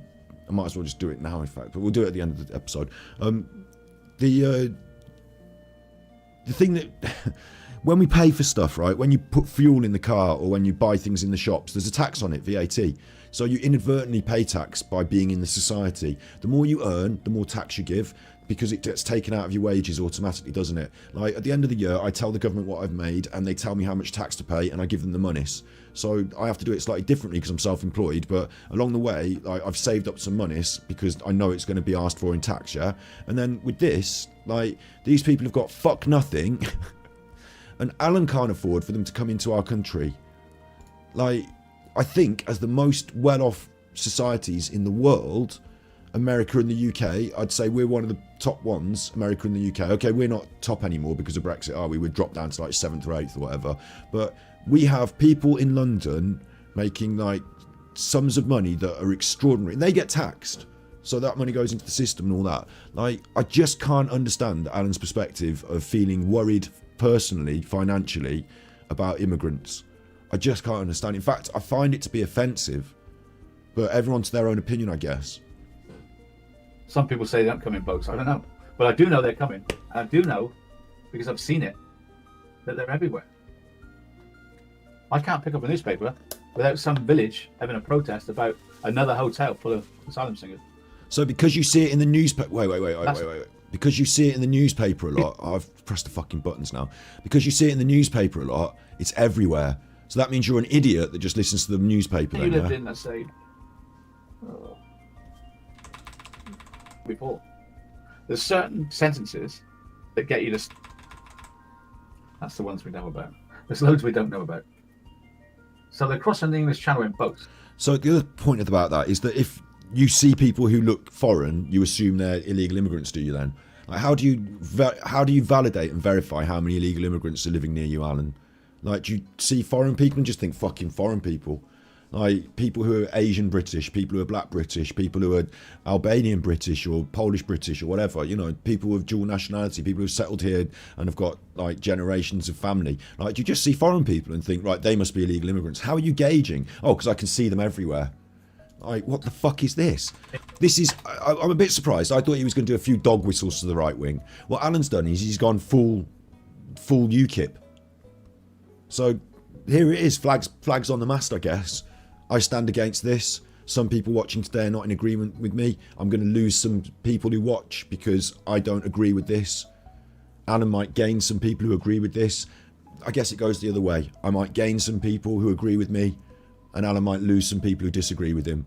But it's the most heartless fucking shit I've ever heard. It's nearly 1,000 a week. I couldn't be happier. Thanks, Sid. And then Grandmaster Sid Sophos sent tippies. Sid's holding the end for everyone Alan tonight. reminds me of the Reverend Otto with the missionary stationed at Rorke's Drift in Africa with his daughter, who gets chased by 50 hungry Zulus at Zulu dawn. Zulu. Super Chuffer owes 3 hugs. At Birmingham with the Zulus football club. Our fans are called the Zulus. Our ultras. Zulu. Even if you include the winter. Or a conspiracy. It's just because I've seen it, that they're everywhere. I've seen it that they're everywhere. I can't pick up a newspaper without some village having a protest about another hotel full of asylum singers. And Middle England is the worst for this. Accept it or don't. But if you live in Middle England, like in a little village, you're not as affected by these problems because most of these things are on the coastal regions, the cities, London, you know, immigrants who come to the UK, they go to the big cities because opportunity, housing, like other reasons, family already there, settled communities, like, you know, and if you're living in a little village, you're not as affected, fact, but The converse is true about what they believe. If you look into the numbers of, you know, the data, then people in smaller villages that are more basically just a closed community of white people that have lived there for more generations, they feel like they're being more affected. They're more worried about it. And it's ironic that in the cities and the bigger urban populations where you have more integration of different communities. Again. I couldn't be happier. Thanks, Sally Sally. Lovejoy sent tippies. Thank you. AD hasn't paid tax. Super Yeah. Chuffer owes 3 hugs. Yeah, he hasn't paid any fucking tax. Good point. He got done for tax evasion. He stiffed us all. Some of these people get jobs and end up contributing. Alan fucking doesn't. When he wins on poker, I bet he wangles away to keep it without, like, you know, I don't want to say blasphemy, my days.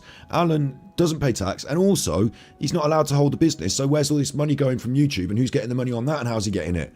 Like, the tax. Oh, he makes me cross. Oh, I've lost my train of thought again. Ah, fuck it. Fuck it.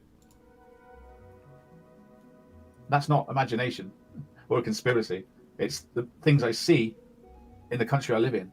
Oh yeah, I was saying, so you see them and you think you know. Well, you live in a fucking, like, Exmouth is not like cosmopolitan, is it, Alan? So, like, what happens is that you see things in a skewed way because you're looking at the right-wing media or whatever, and that in a small population, like, one family moving in is quite big news, but in a big city it's not so big news, is it? So what is ironic about this whole thing, you go to New York, you go to Birmingham, you know, the great cities of the world.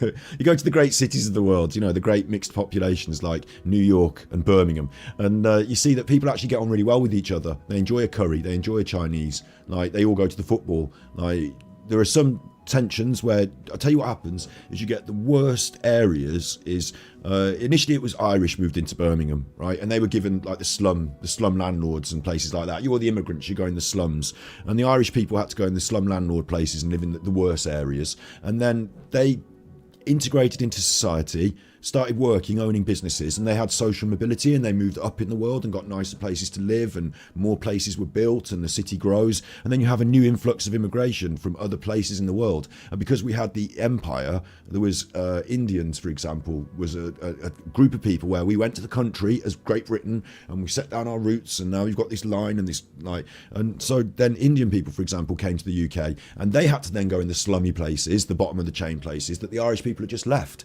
and you have this certain community will, over the 100 years maybe, have 3 or 4 different immigrant communities process through it, and maybe some of them will stay. Like, you have the Jewish quarter, you have the Chinatown, you know, you have places like that, and the bigger cities are the richer for it in the long term, because you have these mixed populations of different, like, people. Alan went to Chinatown in London, didn't he? He enjoyed himself there.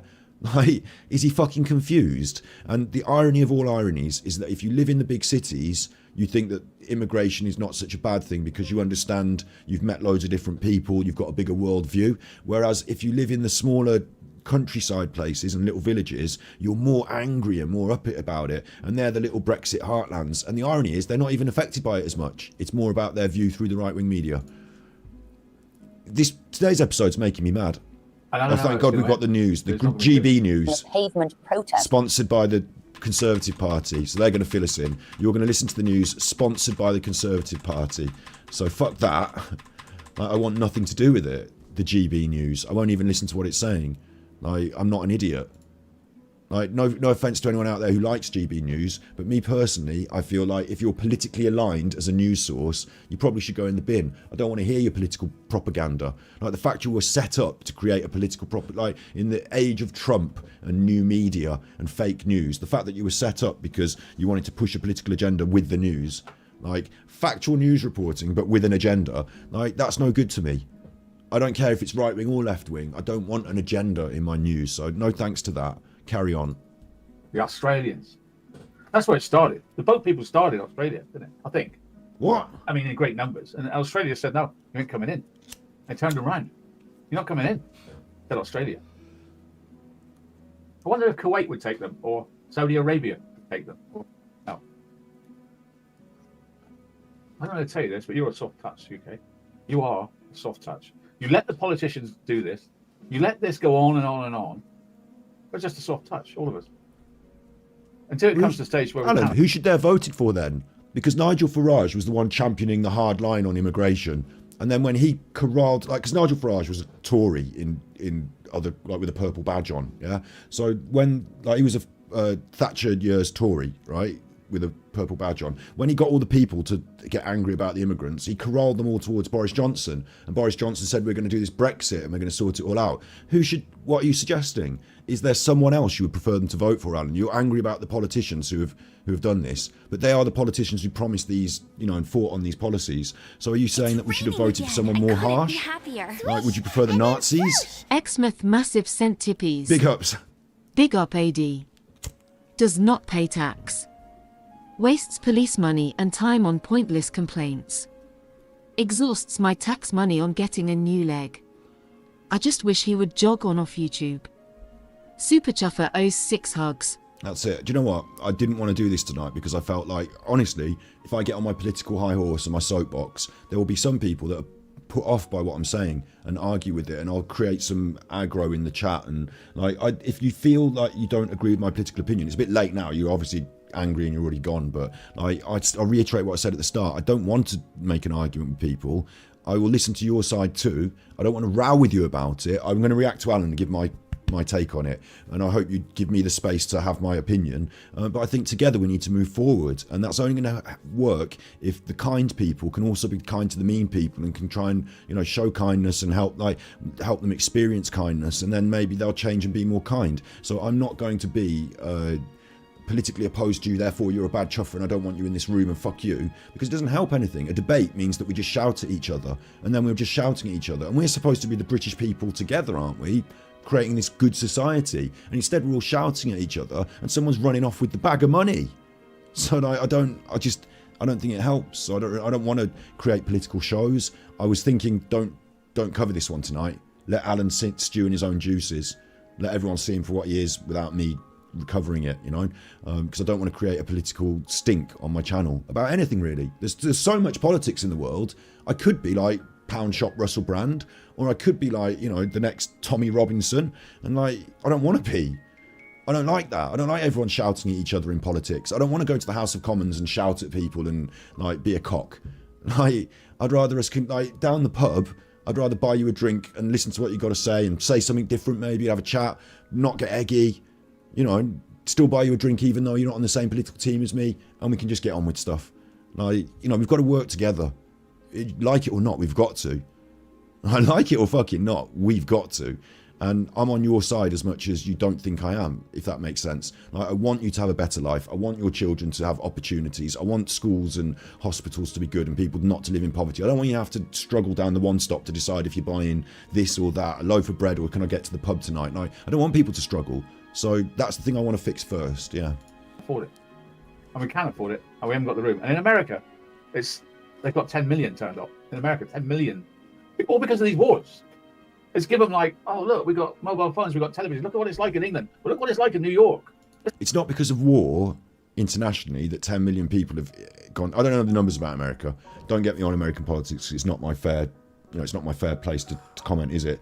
But my guess is that American immigration is driven by South American, like Venezuela, for example. Their country collapsed. We've got someone in our chat.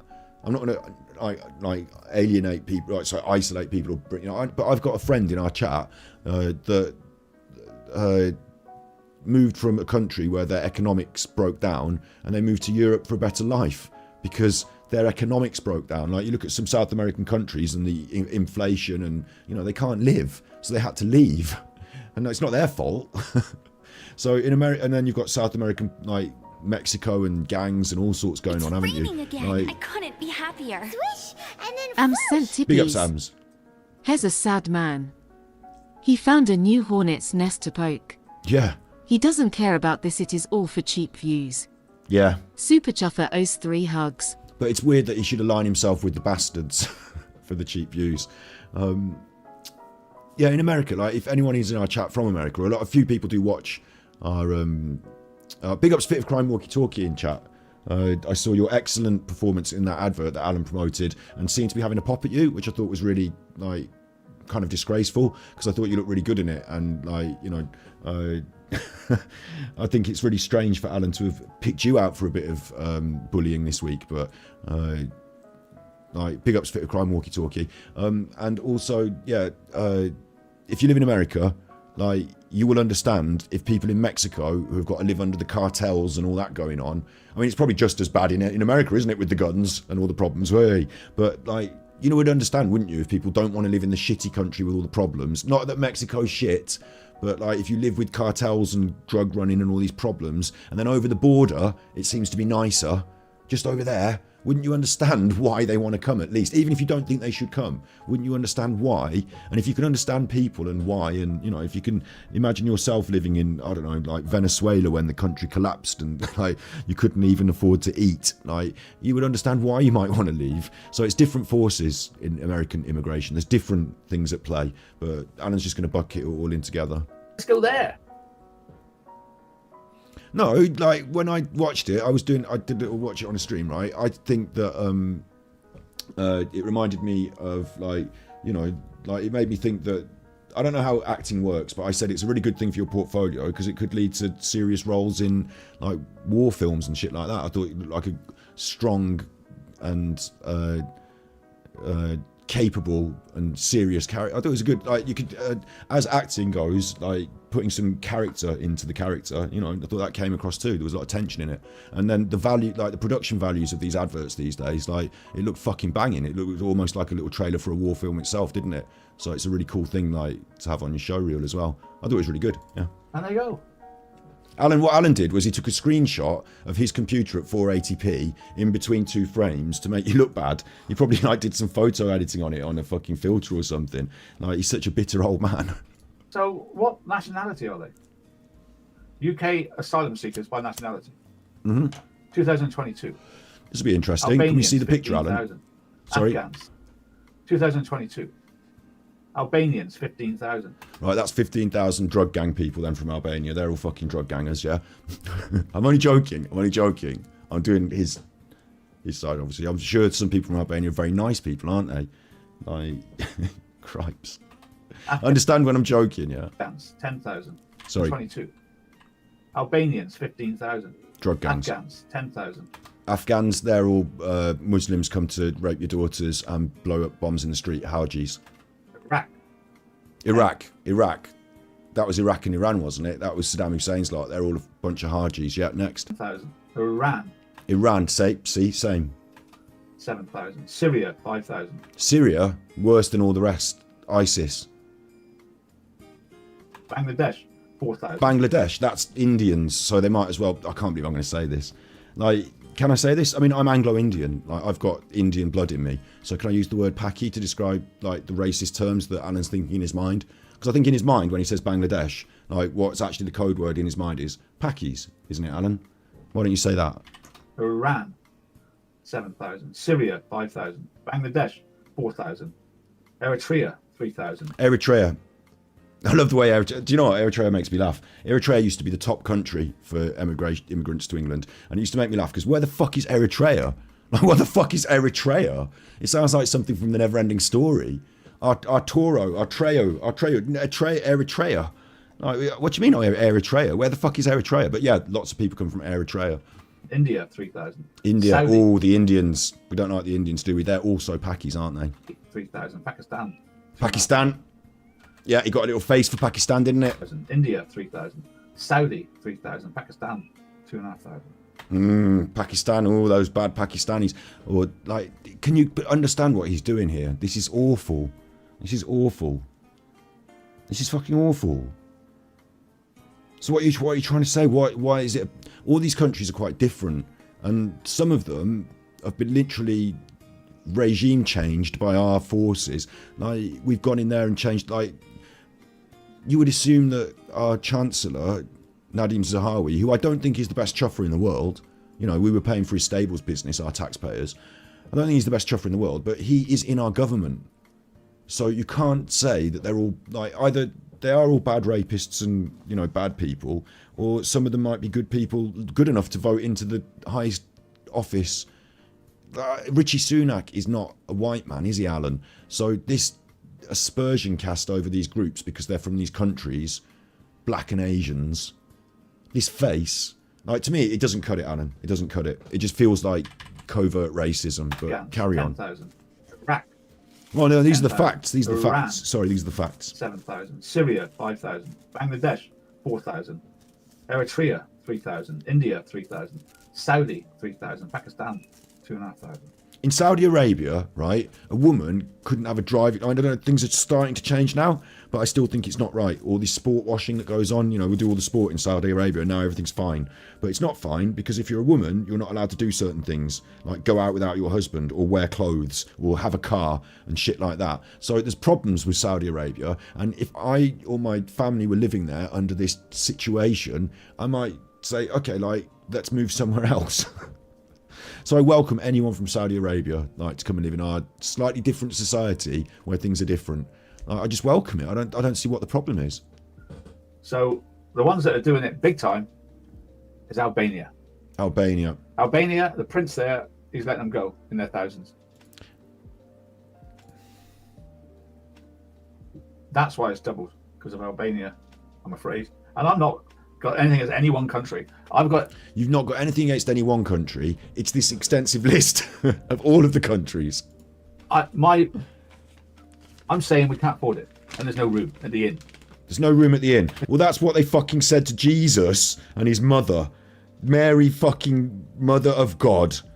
God, a good Catholic that I wasn't raised to be one, but I was introduced to the option because part of my family were Catholic, right? A good Catholic, Mary, the Sacred Heart of Jesus. There was no room at the inn.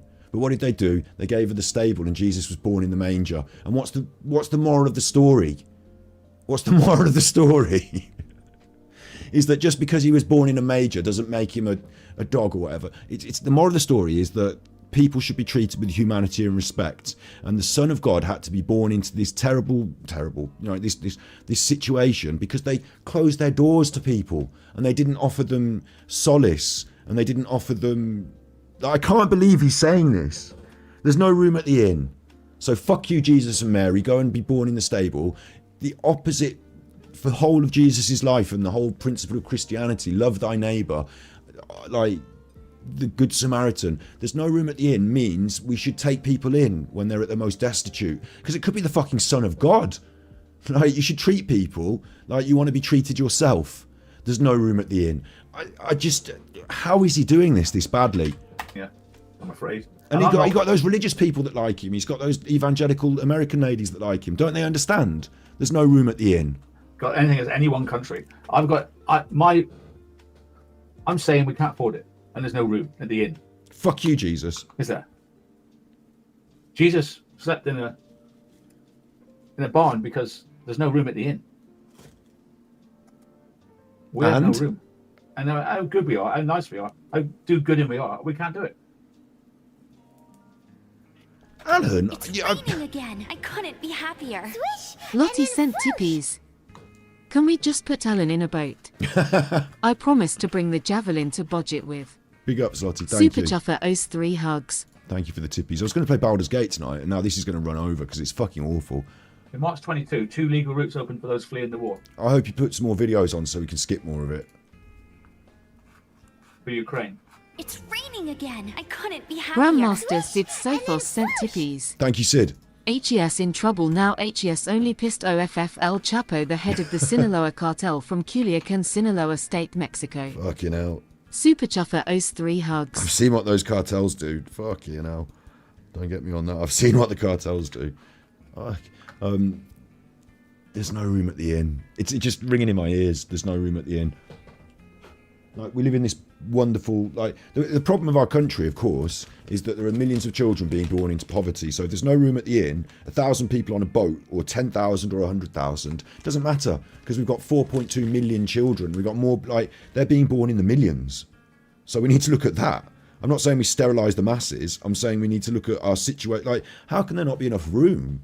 Have you not been out? Have you not wandered around? Have you not seen the outskirts of your local city and the urbanisation that takes place? Things grow. Take a little look at New York and how much they've packed in that space, and then go and have a look at, Manchester, and see that there's probably a bit more room than you think, really, if we were to invest in these places. And that growth, these great cities, it doesn't mean that all the countryside has to be taken over with a load of, Albanians in the fields. Like, what am I saying? Like, it means that these great cities, they grow and become these great cities. And that's like, it baffles me. What would you rather do? Like, look at the most modern, proactive, like, I mean, Saudi Arabia again as an example, right? They're building these massive skyscrapers.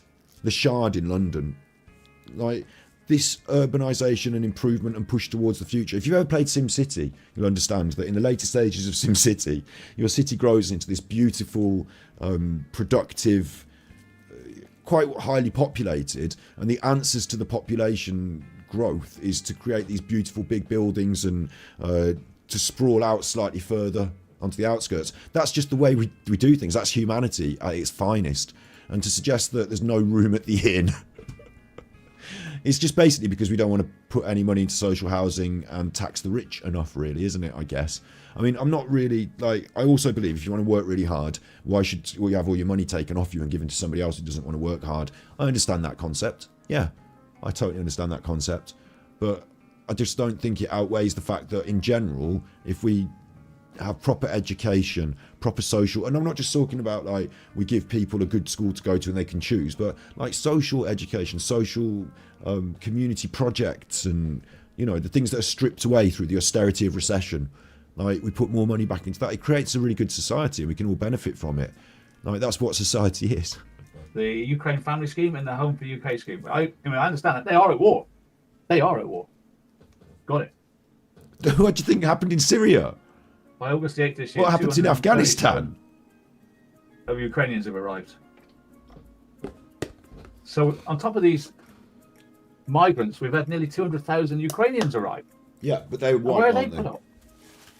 In hotels. In hotels? But they want to go home. The difference is these guys, they're not going home. Alan thinks the Ukrainians were simply put up in hotels and had no concept of the fact that actual like families offered their own spare rooms. Do you know what I mean? People went out of their way to offer their own spare rooms, and these people have now integrated into our societies and have their own houses. Like, you don't just put people in a hotel and say, right, you stay there, fucking sad Ukrainian bastard that you are, living in a hotel now forever. Like, they get a job and they integrate. Like, and that's the legal route. So how long does it take to process an illegal? In 2001, the average wait was 16 months. and that's disgraceful, of course. That's 2001, so it's like a while back now. But the ability to process these people, when I say process, I mean, there could be all sorts of different things we talk about, isn't it? But the ability to process people quickly should be high on the agenda, shouldn't it? And I've suggested this earlier. The fact that we haven't got control of that is disgraceful. And the people who are the disgrace is the Conservative Party for being in control of it for all this time and not sorting it out. So once you get off that dinghy, you're going to be put up in a hotel for an average of 16 months. No, that was a 2001 statistic, Alan. That was a 2001 statistic you just said. You can't have a job because you're illegal. You're just going to sit in that hotel for 16 months. One person, 16 months. Say £200 a day for 16 months. And here's an idea, right? You can't have a job because you're illegal, right? What about an illegal immigrant work scheme where you could get a job as an illegal immigrant in a specific place? Like, what about the creation of these immigration centres could involve an integration centre where you move on and learn work skills, learn the language, and could be integrated into society instead of just being like, fucking put them back on a boat, get rid of them. Like, you imagine the cost? Can you imagine the cost? On average, in France, is 8 months. 6 months in Germany and 3 months in Austria. So not only like have we got this backlog of them, we don't move them. We just stockpile asylum seekers. that's from 2001. Of course, this is a backlog. We now got 172,000 people in the system. 172,000 people, he says. I don't know if that's still an old statistic, but 172,000 people compared with 4.2 million children in poverty. Asylum. All put up at your expense. Not your expense, though, because you don't And they pay wait tax. for judicial appeal, and then they appeal and appeal, and the lawyers make money, and they tell them what to say to stay.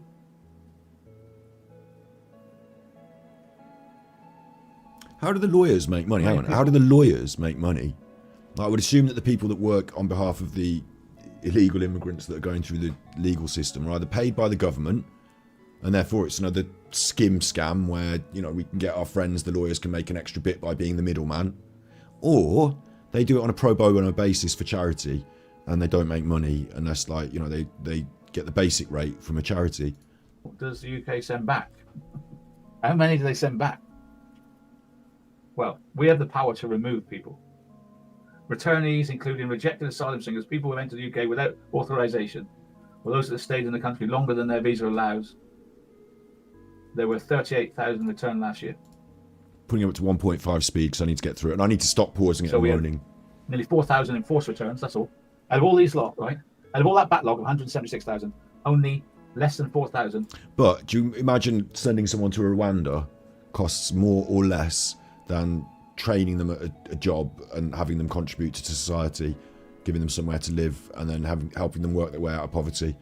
I think that making people productive members of society, if I was playing a video game, the cost of just sending someone away, that I soak up all the cost and then they're gone, or they integrate into society and they contribute, it's better the other way. Were sent back. 176,000, only 4,000 were sent back. So they know they're going to get a great chance to stay here for as long as they want. 10,000 returned voluntary. 10,000 returned voluntary. So 4,000 were sent back and 10,000 returned voluntary. So that kind of contradicts what you were even saying. But yeah. On their own.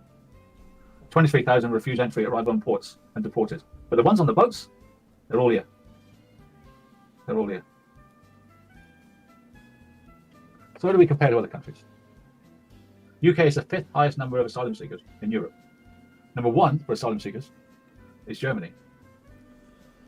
Number 2 is France. Number 3 is Spain. Number 4 is Austria. So we're 5th. Which you might think, oh, well, we're 5th. We should be about 20th. They've got to go through all those countries to get to us. And then they've got to get across the border. We're an island. We should be number 20. Now, you might want to know the difference between an asylum seeker and a migrant, right? So do I. What is the difference between asylum seeker and a migrant? That's here on Amnesty International. I couldn't be possibly reading from Amnesty International. An asylum seeker is a person who left their country and seeking protection from persecution and serious human rights violations in another country. They're not recognised as a refugee. They're waiting to receive a decision on their asylum claim. A migrant is someone who's there's no internationally accepted legal definition of a migrant. A refugee is someone who fled their country at risk of human rights violations and persecutions. An asylum seeker seeks protection from persecution. Like, these are people that we should be protecting, just as a concept in Western Christian nations, if you want to make it about religious. Like, I mean, we live in a secular society now, so people aren't that religious. But, you know, people who are fleeing persecution sound like the people we should be protecting. I'm sorry if it just sounds... Maybe that's too naive and black and white for you, but... an asylum seeker and a migrant. An asylum seeker is someone who's applied for protection in another country because they're fleeing persecution or the fear of persecution, and that's where the lawyers come in. Albania are leaving in droves. They've got a happy prince running it. There is no persecution as such, but they're all leaving. So what do they say when they knock on the door? Oh, I've got fear of persecution. If they are successful, they're granted leave.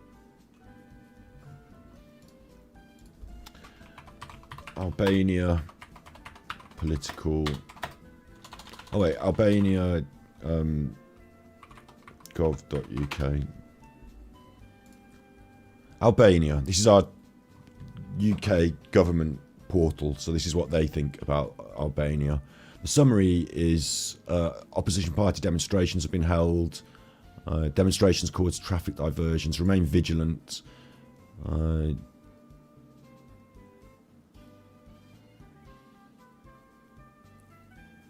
should avoid political rallies and demonstrations.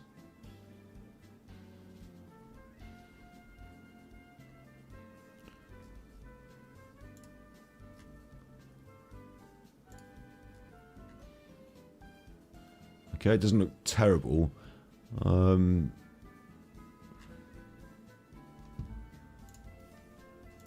Like, some countries it will actually be like, don't go there. Albania, politics, Amnesty International, someone I trust, human rights in Albania. Freedom of expression, that's not a good thing, is it? The prosecutor's office banned all media outlets from publishing information from files that have been hacked from Albanian services. Okay.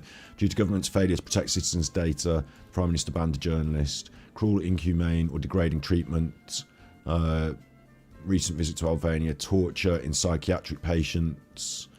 Someone died in a police station. LGBTI people remain subject to discrimination and harassment. Roma and Egyptian people were subject to discrimination and segregation. Violence against women is widespread, with protection orders not being effectively implemented. Dozens of women were killed by their partners or family members. A report confirmed that women candidates and members of political parliament encountered different forms of abuse with political parties, and the right to a fair trial means that justice is more expensive and difficult. So it's not perfect out there. There are reasons why people might want to leave, such as if you're a woman. Carry on, Alan. To remain in the country where they sought refuge. If their application refused, they can be removed. That's an asylum seeker. A migrant is someone who has left their country of origin but not claimed asylum. Now, some migrants leave to get a job, don't they? We have a massive Polish population that are running most of those hotels in London. They're migrants, economic migrants, and they generally go back to Poland eventually. On the whole, I suppose. Or they might be here to study from Japan or China, or to work. I think you'll find in the hospitals, whatever. A lot of people from Europe, not just Poland, came here and settled and integrated as well. So migrants have always been here, and we welcome migrants if they got a job. But an illegal migrant is someone who's entered the UK illegally on a boat, without a visa, without prior mission, without anything really. Someone who's entered legally and then remains after the visa's ended, right? You can get a visa to come in on holiday from, say, I don't know, Thailand, and just stay, and then just never go back. And when they do that, I've got to say thank you to Kelly McKinnon for gifting 5 memberships tonight. Thank you, Kelly. Very kind of you. Very kind of you. Kelly must be So that's the situation in our country, and I'm politically worried. aligned. I'm worried that my grandchildren won't be safe to walk in the streets. You may think, oh, it's not affected us in wherever. It's going to be everywhere. Enoch Powell. Alan is like Enoch Powell. As one big town fills up, they go to a smaller town. As a smaller town fills up, they go to a village. And when they hit the villages, that's when it hits the fan. Because What the villagers fuck won't are you have talking it. The about? villagers will barricade it and say, no, we're not having it. We're not having you here. You know, they fought like travellers for years as well. But this thing, it's frightening.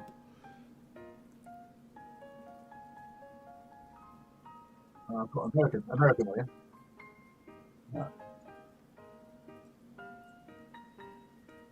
Through the jungle between Right, so these left from Brazil to go to America. He's really happy to stay here in Massachusetts. getting to Massachusetts has been Right, while Alan looks at the video for a second, I was reminded of a story, actually, just BBC immigrant boat rudder. Check this out. 14 days across the Atlantic perched on a ship's rudder. Okay, this guy says, I wanted a brighter future. 4 Nigerian stowaways set out for Europe on the rudder of a tanker. No idea they were bound for Brazil. Look at this. This is where they found them. When they found them in Brazil, they went across the Atlantic. The Atlantic stowed away on this rudder that constantly moved. They couldn't sleep. They had a netting laid out across here, I imagine. A netting that could have dropped into the sea at any moment to sleep on, like a little hammock. And they were willing to risk that for a better future.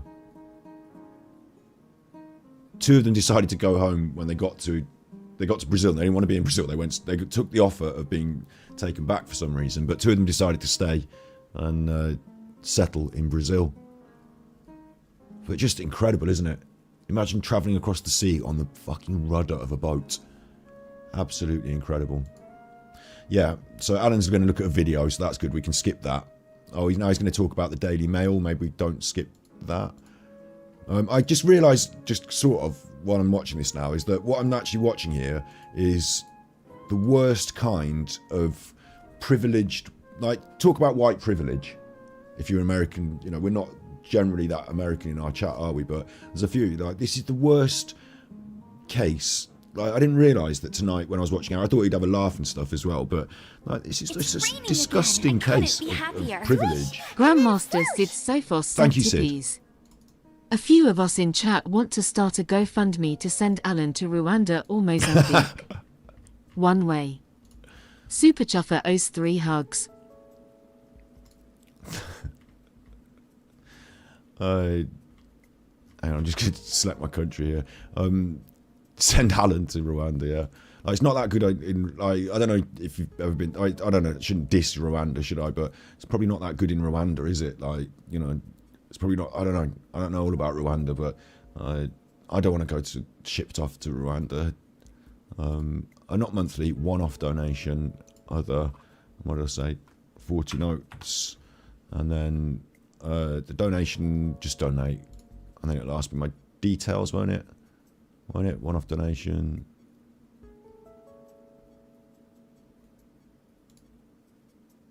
What's going on?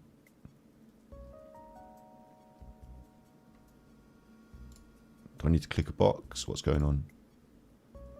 Oh, won't it let me donate the money?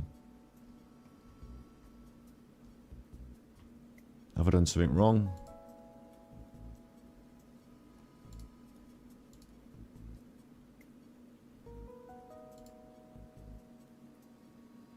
Okay.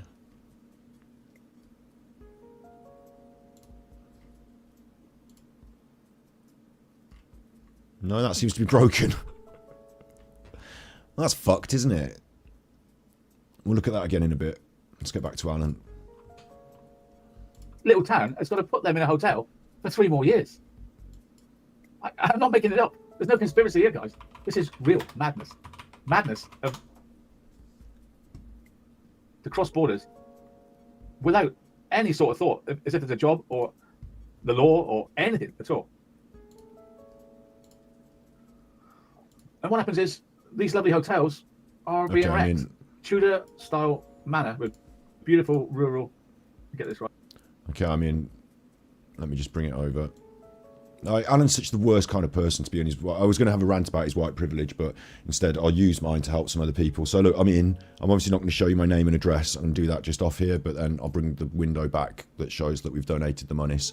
I pressed the 33 or 36 pound, whatever they had, instead of the 40, because it was one of their buttons and that seemed to work. So, country house with a 4-star retreat, acres of tranquil grounds. Inside asylum seekers, hotels housing 51,000 migrants. With a cost in the British taxpayer, £6 million a day. This is the Daily Mail, Alan. £6 million a day in my country at the moment. And that's an underestimate, way underestimate. Now, all that money goes to those Tories, Biggest those one in the rich Northern Tories, doesn't it? 6.8 million a day, and it's growing up every day. And there's 51,000 of them now. And they've hired out at least 400 hotels across the UK. 109 hotels in England, Gloucester-based Mears Group run 80 hotels in the northeast. And like these hotel groups are making fortunes as well.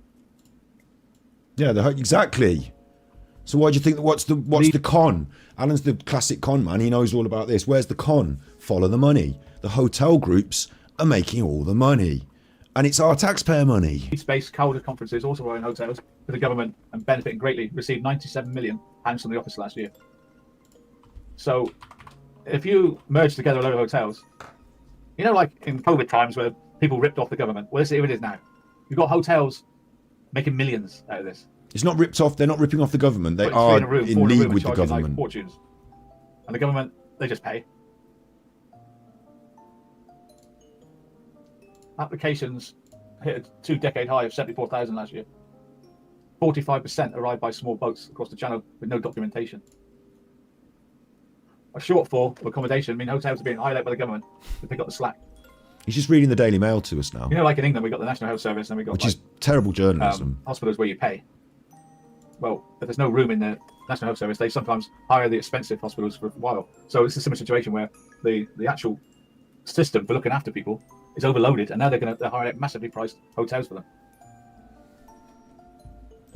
Of course, if you're a guest in a hotel, and these boys, men, turn up, and hotels are being cancelled at short notice, as venues are being handed government contracts, they can't have holidaymakers. So I'm just going to draw attention to that just to make sure everyone knows. I have donated the money that I said I would to the charity. It's £36 now because the typing it in yourself wasn't working, so I had to choose one of their buttons, so I chose the £36 button. And thank you to anyone who's tipping me that helps me get money towards charities. I think, that's a good thing in general, even if we don't agree on politics. In. So they just say, no, you can't come. Yeah, AD's doing the Afghan. Big ups Best to my Western Jack. Premier Good Youth point. Lodge Hotel in Kenworth, which includes What's going on? White New York Italian restaurant, was closed to the public. Okay, I'm going to skip this because you can't just read the Daily Mail to me. Like, I know it's a right-wing agenda in the Daily Mail, and I know that I shouldn't read things in that. And he's always reading the Daily Mail, isn't he? And parroting their opinions. Maybe that's his demographic or something, but I know that I shouldn't just read the Daily Mail and take what they say and then get eggy about it, because obviously there's an agenda going on. I didn't know it was as bad as this, so I started investigating today. I had no idea it was as bad as this. Investigating? You've been reading the Daily Mail. You've not been investigating, detective man. I do now. And I'm worried where we're going to put the 50,000 that are coming next year. Move them all into your house, Alan. You've got loads of spare rooms with your no friends. For visitor visas. And we know full well they're not going to go back. We've got complex mix of domestic, global factors like war, job opportunity, politics, and fragrant money grabbing by hotels and money grabbing by unscrupulous lawyers. It's not that they're unscrupulous and they're money grabbing, right? It's that the Conservatives created an angle, a ruse, a niche, a money tap, and they allowed the money to flow to. I mean, who do you think these friends of these lawyers, and who do you think are friends? It's the same with COVID, yeah, with the PPE contracts, isn't it? As soon as there's a money tap we can turn on, and Boris has got this £1 million house and whatever, and Richie Sunak's the richest man in the world these days, and when there's a money tap turned on, who do you think's running these conglomerate hotel groups? Humanitarians. They're taking the money, yeah. I don't need to labour this point anymore. I've made this point. And the lawyers, who's getting the contract from the government? If the money's going somewhere, it's not unscrupulous lawyers force the government to give them the money. They apply for the contract. And who's getting the contract? We've seen that with these Conservatives. This is politics, so it's politics. I don't want to do politics, but what I'm saying makes sense. What can we do as individuals? Nothing. We just got to sit and watch. Vote what we can somebody do else in. is wait for the election. Because this will be the biggest talking point in the election, will be this. Because by the time that It was the biggest talking point in the last election. So it shouldn't be the biggest talking point in this election, because it should all be fixed now. And if it is a big talking point, then that's because there's been a problem with who you elected. No. They won't have anywhere to put them. So what comes after the hotels? I guess military barracks. We might have to buy a country. Put them near the we guns. might have to buy an island and put them all on an island and the accommodation in an island. Epstein Island. We're a tiny country. In April, the government announced a barge called the Bibi Stockholm would host 500 male asylum seekers in Dorset. This is a nightmare. Despite opposition to the barge, people expressed their concern. The obvious thing with the boat is that if you have a barge, then they're not on the shore, and you could probably, like Guantanamo Bay, you can probably evade some certain human rights because they're not officially housed on the shores of your country. Instead, they're still officially on a boat in the water. It's a fucking political nightmare. It's a fire hazard and a health hazard. It's a nightmare. It's not the answer. The answer, of course, as I explained earlier, was to have been prepared for this and created proper integration centres, or at least processing centres, and like hotels, but maybe not as plush, places where people can live for a while before they're processed, and faster processing.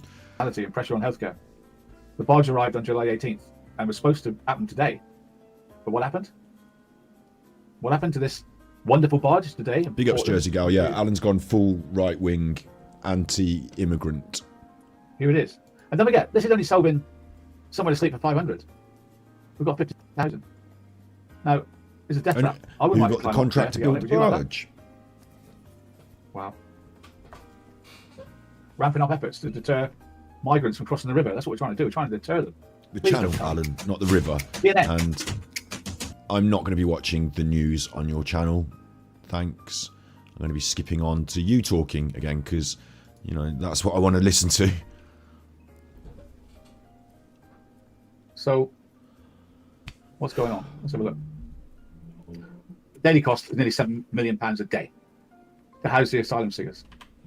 Something I want to draw your attention to here. Victorian mansions, riverside views all booked up, yeah? Some of these big old seaside mansions some of these big old seaside hotels, right? What you used to have in Great Britain in the 1940s, post-war, was a load of people going to the sea for their holidays, be it Blackpool, Skeggy, or, you know, right down to the sea. And you had all these big old buildings that were, well, now they're old, but they were built in the boom times.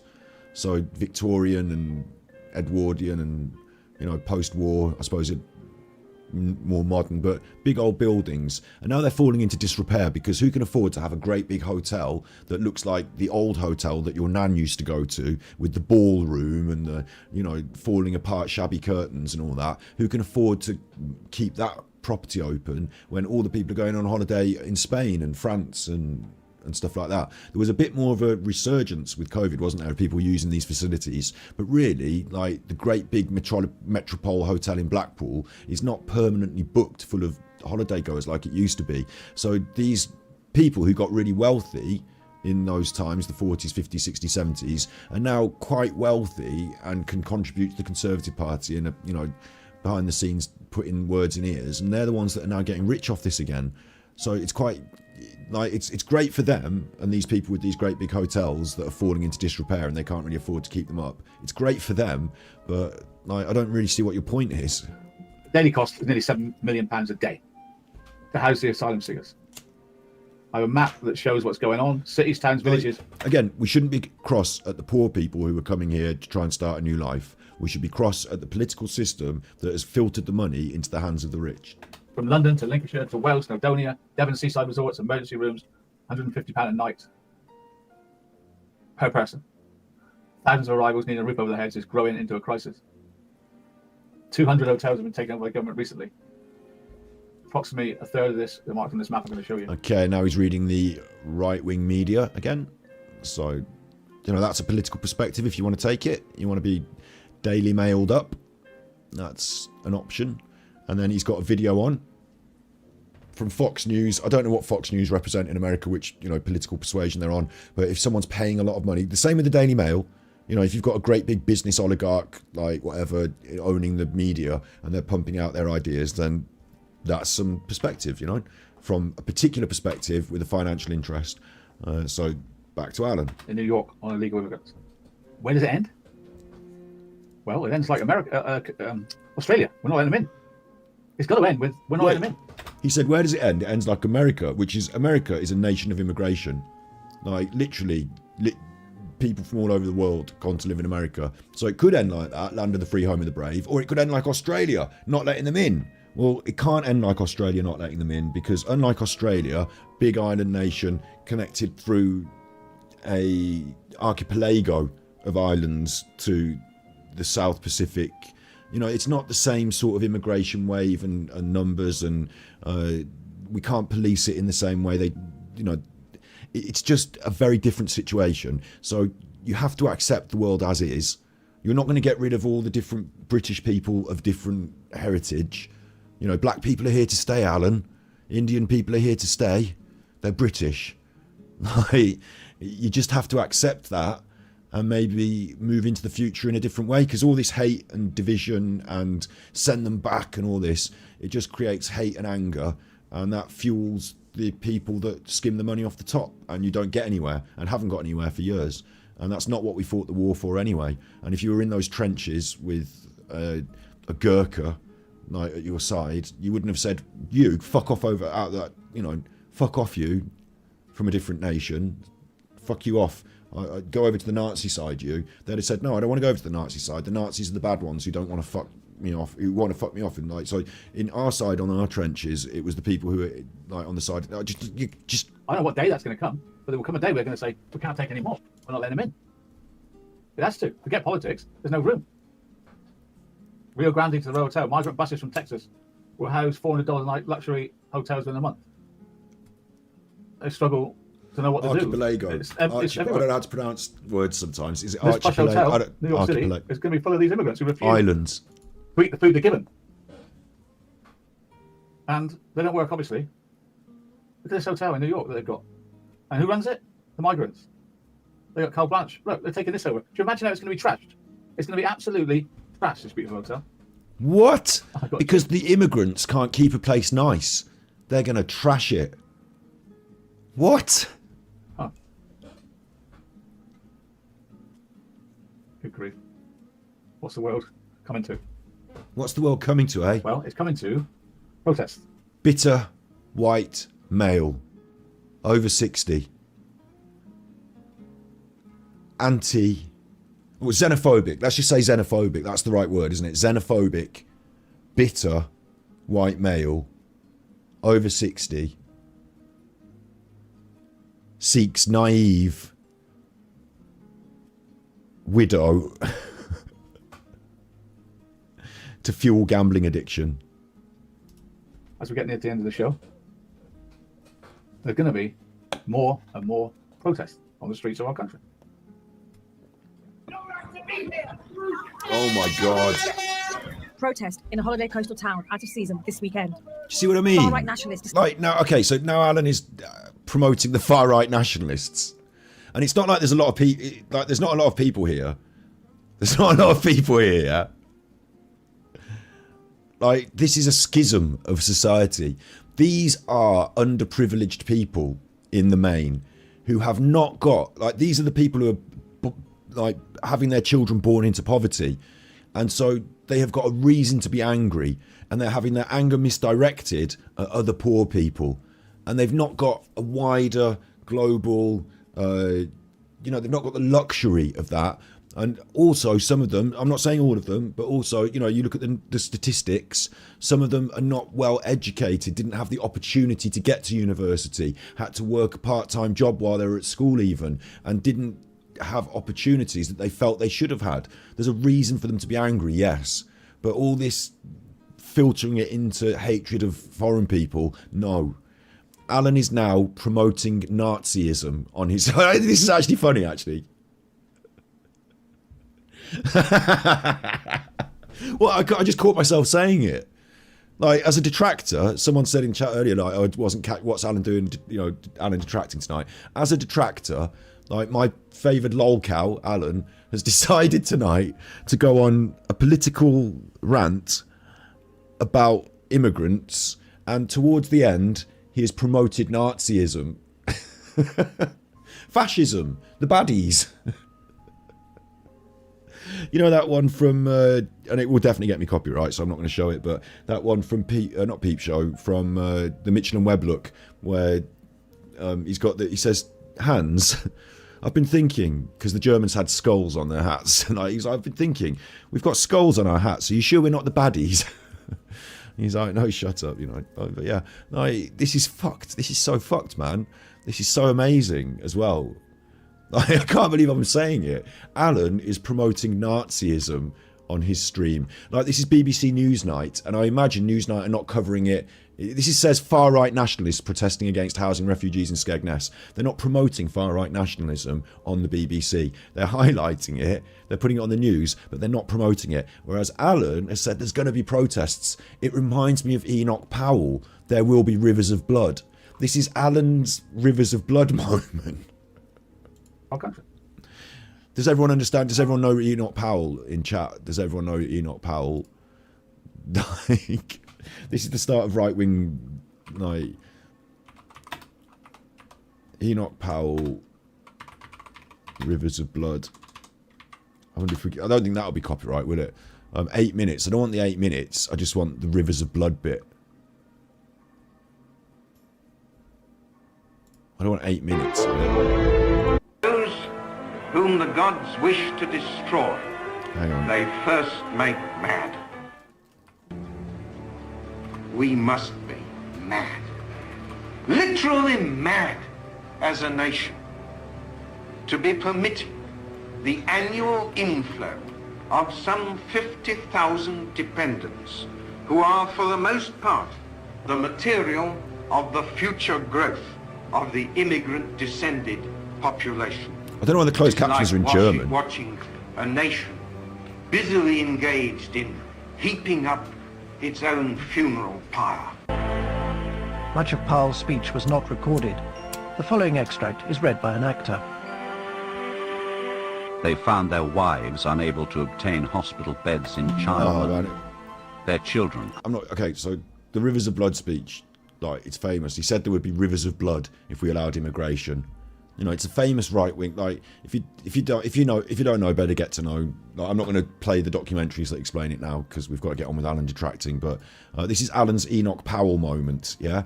And obviously, bear in mind, Enoch Powell dead and buried long ago, and so are the ideas. Well, some of them not quite. Amongst the pockets of right wing white nationalism in our country that betray our national values. These people are traitors to the crown. They might not like it. They might think, oh no, I'm not. I'm the one that loves the king and the country and all that. They're traitors to the crown. Okay? Don't ever forget it. This is not what we fought and died for on the fields of Flanders. This is not why people went over in their boats to storm Normandy. This is not... They protected these people and they defended their right to be who they are, but this is not who we are as Great Britain. This is a schism of a problem born out of frustration and poverty in the main.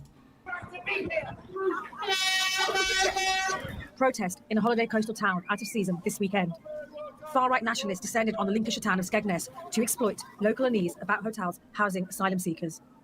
And what these people do is they exploit, again, like I said, they exploit the vulnerable underclass who feel they are not represented politically, and they say, we'll make your life better, side with us. Like, a Home Office policy that has caused friction with locals who feel that their concerns are being ignored. At Saturday's march, some locals were among the 200 to 300 people who marched through Skegness to stage a rally in a local park, under the watchful eye of the police. But it was clear that some in the crowd didn't appreciate our presence. fucking pushing the cameras away. Don't take us for fools! We know they are not refugees! They are illegal immigrants! I'm going to skip it on a bit. Oh look, it's the ladies at bingo.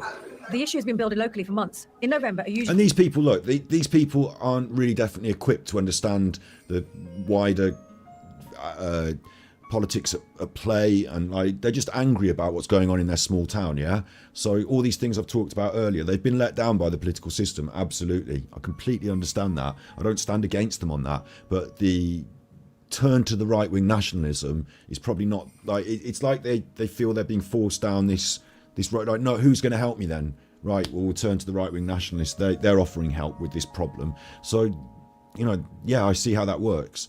It's a mechanism, again, a schism of our imperfect politics, but it doesn't mean it's right to be like this. The poorly attended council meeting became very... In fact, it's kind of not Christian and goes against the values of our country. Even if I understand personally, a massive influx of immigrants into a small town is not necessarily like going to please everyone in the small town. A lot of people are going to feel afraid, and it's because it's not being policed properly and it's not being organised properly, and this is not the right way to do these things. It doesn't mean immigration and integration is wrong. It means that taking hundreds of people off boats and funneling them into Skegness is not a good way about it. So they've got a legitimate grievance. Rowdy. I'm the mayor's chaplain, so I turned up to bless the council, and there's usually 50 or... Alan's watching the BBC Newsnight now. Alan, you're watching the BBC Newsnight now. Let's get you back. When's Alan coming back? There he is. Anyway, no boats. No more. No mass. We don't have the money. We don't have the room. The number of refugees. We're this far into the broadcast again, and he's still got the microphone over to the side or behind him. What is that about? The microphone, Alan, sits right in front of you, like you talk into it. Do you not understand? UK settled through Satan. It doesn't matter what he thinks about immigration. If he can't position a microphone, should you really listen to him? You can't even hear him properly anyway. But should you really listen to a man and his ideas if he can't position a microphone? It's just a basic, you know... Legal routes normally capped. You're right, we can't get a dentist anywhere right now. That's a good point in chat there. And again, more social money, please. Why are the government not fixing that by pouring money into the system?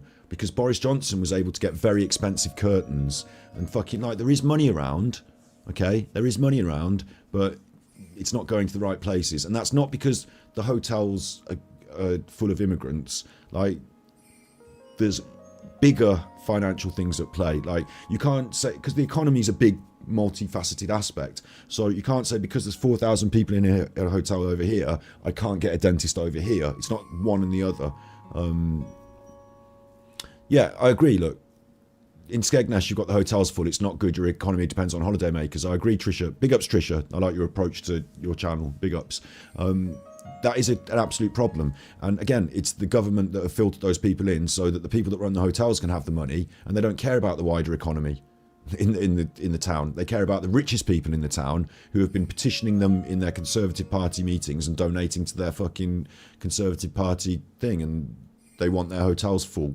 And full hotels of immigrants come with government money, an extra spend from the government, and full hotels full of customers come with customer service problems and this and that. It's better to have them full. For the people that run the hotels, they are happy because they are full and they're getting extra money from the government. So, you know, I agree with that problem, but I don't think the problem is fixed by saying, right, close the borders. It's all the immigrants' fault. I think it's the problem is the government have filtered the people into the hotels instead of building proper accommodation centres, proper integration centres, proper education centres. Using, like, imagine your local economy in a place like Skegness if you had, like I just described, like actual institutions where the government was funding money in to create jobs for people to work in these places as well. Like, it would be good. Like, it seems bizarre that we're taking this influx of people, and people are in an economy. People are a resource. You know, where does the money come from? It comes from people working in jobs and paying taxes. So people coming in to try and better themselves in our world. Yeah, it seems like a real mistake that we've just given the money to the richest people who run the hotels, and, you know, by proxy are the Conservatives, essentially, isn't it? On a slow process. I've made that point enough. But there's a lack of return agreements with other countries. They won't even take them back. The increase and the backlog will grow as the countries refuse to take back the people where they came from. Well, they'll all live on the sea then, will they, Alan? Planned agreement with France. Shoot where them. we will pay them 500 million over 3 years to fund more patrol officers and a new detention centre. Yeah, that we're going to pay France 500 million over 2 years to fund patrol officers because we've separated ourselves from the European Union, where they would be obligated to do it themselves with the European money instead. Like, it's fucking bizarre. It annoys me. They do that. I mean, we're paying France billions and millions already, and they're not stopping them, are they? And we can't go over to France and do anything about it because we're no longer set. Like, if we, just don't even start. Had to cover this because it's been bothering me, and what really bothers me as a grandfather is these young men in mass. So you're worried about your granddaughter getting raped by black men then, Alan? It's a bit of a weird thing to be thinking about, really, actually. Like, I don't really want to talk about it any further than that. But what I will say is that in Calais, they've got these jungles. Like, they all live in the fucking woods around Calais because they don't have any facilities for them out there either. So, like, Calais is also stuffed full of people living in terrible conditions. And for my grandchildren, I'd like them to live a good life, yeah, absolutely. But I'd also like your grandchildren to live a good life, and I'd also like their grandchildren to live a good life. So if I just focus on myself and my own grandchildren, then it's not going to work in our society, because I'm a selfish chuffer who only cares about myself. But because we've got the option with our affluence and our excess to help others, we have a much better society. And if you've ever been down on your luck or gone through a difficult time, little things like charity from people, kind words, the offer of help, that goes a long, long way. And for Alan to just say, right, we should turn our back on anyone, turn our backs on them, I can't afford it, give me my knee operation, let me watch my fucking football and put my money into my poker, and they should all fuck off. It's just such a tired, racist view, isn't it? I think it is born of racism, really. I honestly think it is, even though you can't accuse me of being a racist. I didn't say anything racist at all tonight. I feel like it's born of racism in a way. Fear. It's born of fear. What if they take over our town centres? It's not safe for teenagers to go out. It's not natural to have influx into a small village of 500 males. Highly charged males. Testosterone males. Testosterone males, highly charged. It's dangerous. And I don't know why my government can't see it. Why don't they ask themselves, why are we being taken over by an army of young men in every... Well, they orchestrated it, Alan. They took control of the borders through Brexit and then orchestrated this. They're in control of it. So if you think they're just being ignorant, then you're not the con man I thought you were, because it's a con job. Town in our country. I don't know what you think, but I find it extremely worrying. I'm going to leave it there. I find what you've done tonight, Alan, extremely worrying, to be honest. a strange pivot for your content to move out of the world of true crime into the world of right-wing nationalism. It just... What? Alan's political... I honestly didn't expect this. When he said... Because also, he's labelled this video debate with AD, and at no point has he asked the opinion of the audience. At no point has he straw polled anyone in chat. In fact, I'll do that. I've been ranting for ages about my perspective, so, you know, there's not going to be that many right-wing nationalists in chat, are there? But I'll start a poll, another one for you. Immigrants... I'll just put... who is right, and this is stupid because this is what they do with politics, because like, it's not about who is right, Scott versus Alan. There's so much more nuance than that. I don't have all the answers. I'm sure there's lots of problems with my perspective. I'm sure that my perspective, if put into practice, would throw up lots of other difficulties, and we'd have to get groups of people who are more expert than me to look into it and think about it. That's my real perspective, is let's get some better people involved and, you know, like I said, build agencies and fund them and, you know, provide jobs and stuff like that and help people to be processed through the system and either sent back if they need to be, or integrated if that can help, and have education systems and stuff like that. Paid for, yes, by our taxes, but that goes into our communities because it creates jobs for the people that work in those centres and stuff like that. And then it controls the borders, because otherwise there is no control, is there? You have to have something. And I'd also employ the Navy, and not the Navy, but, you know, I'd employ a Coast Guard. I'd give them more money so that there's more boats going around and stuff like that. I've heard things like that, Bren, yes. But, you know, again, I've heard bad things happened in the UK done by bad people. So, like, it doesn't mean that all people are bad. It means bad things happen. And it doesn't mean that, like, because of isolated... The problem with isolated incidents, that, like the one you were talking about, not isolated, but incidents, is that's what we call anecdotal evidence. It's not a statistic en masse. It's not what happens with everyone. It's anecdotal. It happened once, and this is an example. So if we all took examples of one thing that happened, then everything's happened, and the good things and the bad things, and they're not... It's not a fair... You know, you can't take...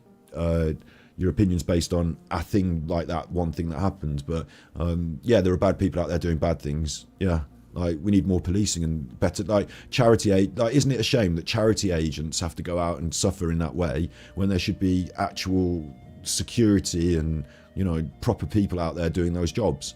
Like, we're not funding the right things in the right places, are we, if we leave charity people to be vulnerable? Like, that doesn't seem right, does it? So I worry about that, you know. Yeah. But I think because there are some bad people out there doesn't mean that we stop doing charity. So, right as in right wing, or right as in correct, Kurt and Lisa? Right as in correct. Which person's opinion? Alan's opinion, we should close the borders and send them back. Scott's opinion, we should create... Like, mine was a complex answer. I don't think it's easy enough to state in one, but create border controls and centres of... processing, like, you know, not put people in hotels, but create jobs for people and police the borders in that way, and, you know, create a full system that involves integration at some point for some people, you know, who's correct in that sense. But the problem is, neither of us are obviously I think Alan is incorrect. I don't think that system would work. If you simply say close the borders, send them back, they'll just come illegally anyway, won't they? That's what they're doing. So the fact that you closed the borders didn't help, because they're just coming anyway. So how are you going to close the borders and send them back? What, police boats and sink the boats? Like, what are you going to do when they're on the boats in the water? Just get them on your boat, take them to France. Well, you can't, because you can't drop them off in France, because now you're dumping illegal immigrants in France, and we're separate countries. So you can't do that. So, like, there's all these problems with the Allen approach. Whereas with my approach, I hope that there's more solutions. But the problem is that neither of us are purely correct. It's a bigger, wider and the problem with the poll, right? Because we put the poll in chat, right? The problem with the poll is you haven't got the answer in the poll. Like, one button in poll doesn't fix this problem.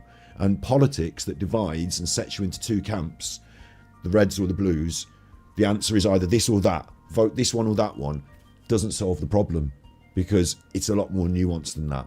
You know, a poll won't solve it, and it's not as black and white as Scott versus Allen, unfortunately. Thank you for watching the Armchair Detective, and we'll see you tomorrow, I suppose. I'm surprised so many of you I'm going to have to take all this in and think about it. Thought that Alan was right there through everything I've said, and all the people that are watching. a poll of 100 people voting, and we've got 370 watching, so you didn't all vote, but I'm surprised so many of you were compelled to say that Alan was correct. It's fine, I guess, like, I can't change it. Like, you know, we've got a complex range of opinions in the world, and it doesn't also mean, right, it doesn't mean because you think this about immigration, you also think this about housing, or you also think this about the NHS. We're not a blue team or a red team. We have complex ideas that we'd probably like a bit of this and a bit of that, really, if you really think about it. So like I said, I don't want just to say let them all in on the boats, everyone run free, I'm on the left wing, and the red team let's on the right wing, let's police them and sink them in the boats. Like, I don't think we should have those two extremes. I think somewhere in the middle is probably the right answer, or more to the left than the middle. But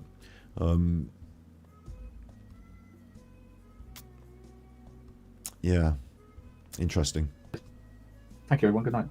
Thank you, everyone. Good night. At least we had some discussion as well. Whatever you said in chat, you know, I didn't tell anyone to ban anyone for having different of opinion. In fact, I picked out some different opinions to my own and allowed them to be voiced, and I did argue with them, you know. I did say this is my opportunity to speak my side of what I feel, but I hope people didn't feel that they were pushed away for having different opinions, and I hope we didn't have any big arguments in chat. I understand that through my projection of my own opinion, the people who believe Alan's right might go over to Alan, the people who think I'm right might stick over here, and that's why I think politics is actually a bad thing for an episode on your channel.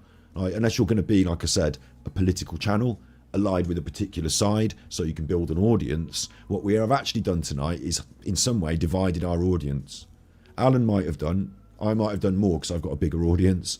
So I hope that if you've watched this and you disagree with me, you still feel there's reason to come back and watch the rest of the stuff, because I'm not going to beat you over the head for your politics, so please don't beat me over the head for mine. You know, you might not agree with me on this one thing, or this complex, it's a complex issue. I'm saying it's complex, and I could learn from your side of the perspective as well. So that's my, you know, I was allowed to put my point across on my stream, but it doesn't mean that in the future I'm stuck to my opinion and that's it forever. Although, you know, the core tenets of my belief about charity, inclusion, protecting vulnerable people, like not throwing the baby out with the bathwater, so to speak, going back to this image, you know, these young children that are coming through on these boats. I mean, you might say these are just, they're going to be sold into sex trafficking, they're just a resource. Or it might be that somebody wants to save their child from a life of war and trouble and famine or something, yeah? So don't throw out, for me, if you've got 2 rapists on this boat, yeah, and some children, I'd be like, everyone's got to be allowed to come in and we've got to weed out the bad people, not everyone go away and fuck your children off, I don't care. Like, so for me, it's about not throwing the baby out with the bathwater in that way, and accepting that bad people exist everywhere. And I know in the rough estates around my way, there are some bad people, and they were born in this world, like this Western style world. They've got every opportunity, and they decided to be a bad rapist anyway. Like, you know, do you know what I mean? Like, aren't there bad people that are born and bred in Britain? So I don't think it's a black problem of black people are rapists.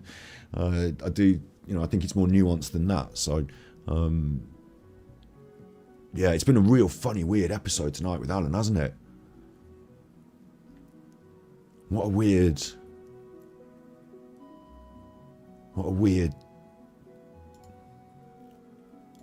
thing to do. If anything as well, I'd like to reflect on this, big myself up a little bit, right? I hope that we've had more of an interesting conversation here on this channel. Alan's brought up some ideas. He's shown you the newspaper, and then I've managed to talk about it in a different way and create some value. Some interesting ideas have come up. In taking immigration out of the picture, between me and Alan, I'm not trying to like blow my own trumpet here, but his stream is fucking awful, so it's not hard to be better than him, you know? But I hope that what we do here is more valuable than what Alan has done.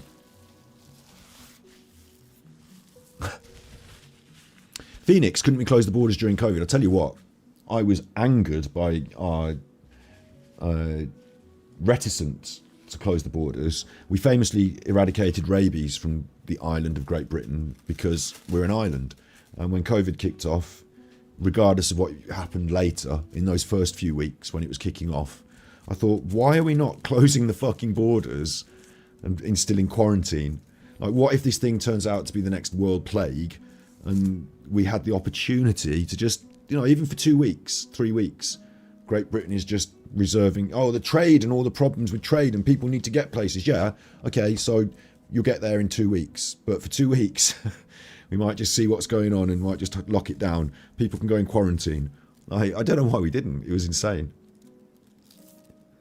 Obviously, I know why we didn't. Political reasons, money and all that. But, it was insane, wasn't it? When you think about it. Something else I like to think about with this sort of thing is, could you imagine if you're on a desert island, right? We're all on the aeroplane now. Yeah, we're on the aeroplane. It's nice on the aeroplane. Oh no, it's going down. The aeroplane's going down. Quick, grab hold of the minibar. If it doesn't survive, nor I don't want to either. The minibar's not going to save you. No, but if it doesn't survive, I don't want to either. So we crash land. Yeah, we're in the sea. There's an island. We managed to get to the island. You'd obviously want my help in the sea, wouldn't you? You'd like me to reach out my hand and help you from drowning in the sea. Now, we help each other when we get to the island. So now we're on the desert island, right? Imagine there's someone that already lived there in the desert island. That'll be interesting.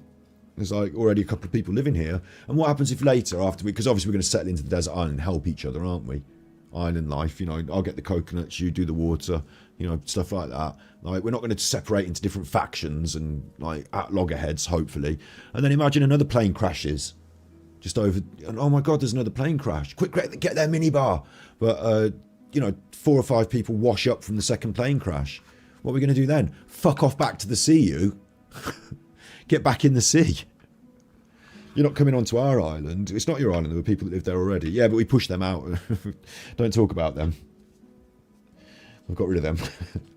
No, but they, like, you know what I mean? Like, on a smaller scale, there's no way you would turn people down for a bit of solace, some charity, help. Like, you'd want to integrate them into your system and help. Like, oh, you can help me with the coconuts. Thanks for joining our island routine. You can join me with the coconuts. Thank you. Instead of fuck off back and get in the sea. When you break it down to a more simple human aspect, it seems strange to me. Big ups, Joe. How you doing? We did, didn't we? But we had to win our first home game of the season. Big ups, Joe, for the super chat, 199. We had to win our first home game of the season. We're on a buoyancy. We're on a high from getting new owners. So you just got the bad luck of having to play us. Because it didn't matter if we played Arsenal, we would have beaten them today. Like, we had to win our first game of the season with that vibe going on. Trevor Francis has died. It's USA all the way. We had to win. Yeah. It's been a fucking weird episode, this has. It's been a weird episode. I had to nail my flag to the mast. I had to make my feelings clear. But I hope that everyone understands there's nuance as well, and I'm simply not saying let's just have 800 immigrants live next door now. Invite them all to my house for a big party. Yay. Obviously, I'm not saying that. But I think that's scaremongering and ridiculous as well. So let's have a bit of balance. Wow. Alan's awful. Like, when you picture it as well, like, imagine, I kind of imagine like a strata of media. I'm not at the top end. I'm not at the heights of the media production world, am I? But, like, a strata of media. Alan's gone a further layer down tonight. I thought he was gutter press, but when he promoted the right wing, he dropped down from gutter press. He's reading the Daily Mail on his stream these days. He's like a chip shop Piers Morgan, isn't he? He's like a budget Piers Morgan. Very budget. He's like the Piers Morgan you get when you start the game, and as soon as you kill the first baddie and get a sword off them, you bin off that Piers Morgan and use the new sword.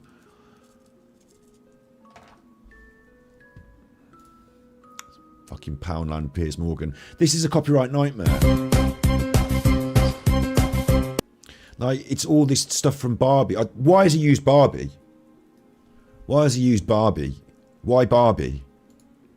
The first. It's got the foot. There's all the foot fetishists. Get your foot fetish around that. My everything. I have sped it up. Alan said he could sing like Barry White, right? Barry White. Well, Barry White saved my life and got you back with your ex-wife sing Barry White. Barry White has quite a low register.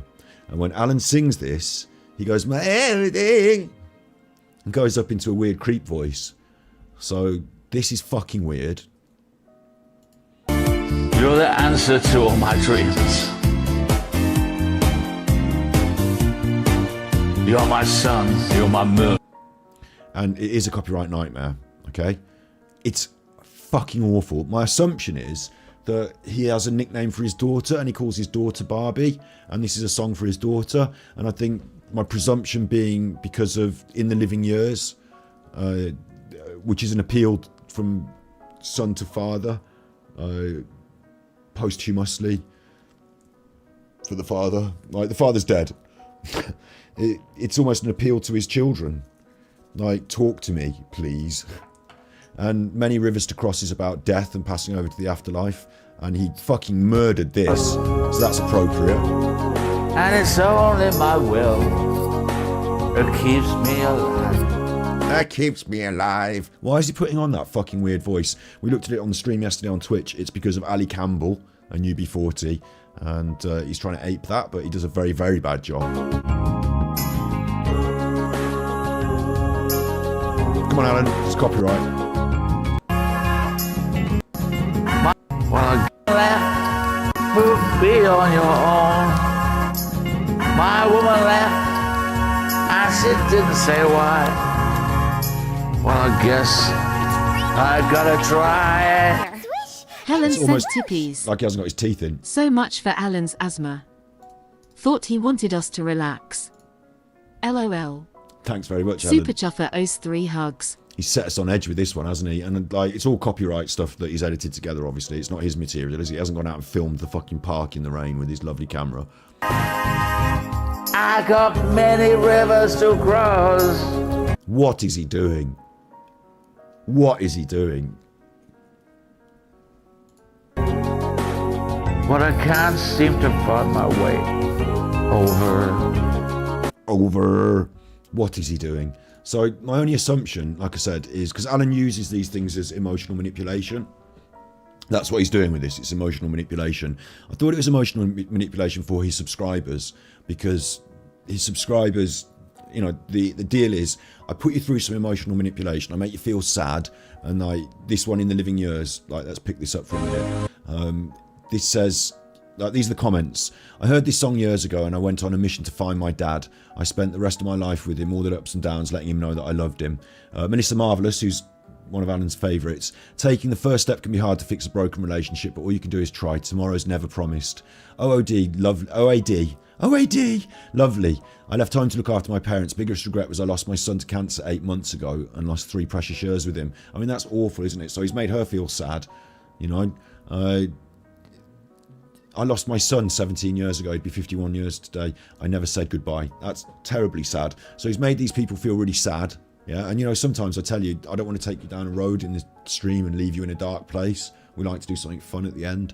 So I think what he's doing here is he's making people feel sad. And then the reason that they feel sad is not because he's done anything great. It's because Mike and the Mechanics did a really good song, and he's backed it with these clips from this sad movie. So manipulation. He's looked at other things that make people sad and he's took them and put them together and put them on his stream. So it's weird manipulation, isn't it? It's strange manipulation. For his streams, he makes them feel sad and then he twists it. Then it's time to turn the screw. Support me, give me money, feel pity for me, you feel sad, let's have the monies. You know, it's that. Or the other option I was thinking is, because that's like a pointed, In the Living Years is pointed at father-son relationship. It's sung by Mike and the Mechanics about the death of his father. So it's almost like, call your old dad, isn't it? And it makes me think, in a previous broadcast recently, he said, my children have never said to me, and I could get the clip, but, you know, my children have never said to me, stop being on the internet. They said, have we ever told you to not be on YouTube, Dad? Have we ever told you to stop YouTube? He said that. And so it makes me feel that what's happened is, they've said, can you stop doing this or that? And he said, you can't tell me to stop being on YouTube. And they said, we aren't telling you to stop being on YouTube. And like, there's been some sort of back and forth in this sort of way. You know, because otherwise it's a weird thing to say. My children have never told me to not be on YouTube. Now, where's that come from? So I think there has been some back and forth with his children. And if I was his children, I'd be fucking furious at him. And I'd be telling him to stop. And I'd be well pissed off with it. And I'd think he was a wanker. And like, maybe some of them have stopped talking to him. And so maybe In the Living Years is a... Like, maybe he thinks that they're watching this. And that one's for them. Because many rivers to cross, he might die. You know, he might die as a sad, lonely old man. The premise of the song, Many Rivers to Cross, the way Alan sings it, and it's the truth of Alan's life, is that he's a sad, lonely old man. And then this You're My First, My Last, My Everything, but with the Barbie, a Barry White love song, but with the Barbie, right? What's I know. Barbie got to do? There's only one like you. Only one like you. There's no way they could have made two. Is it from the Barbie soundtrack?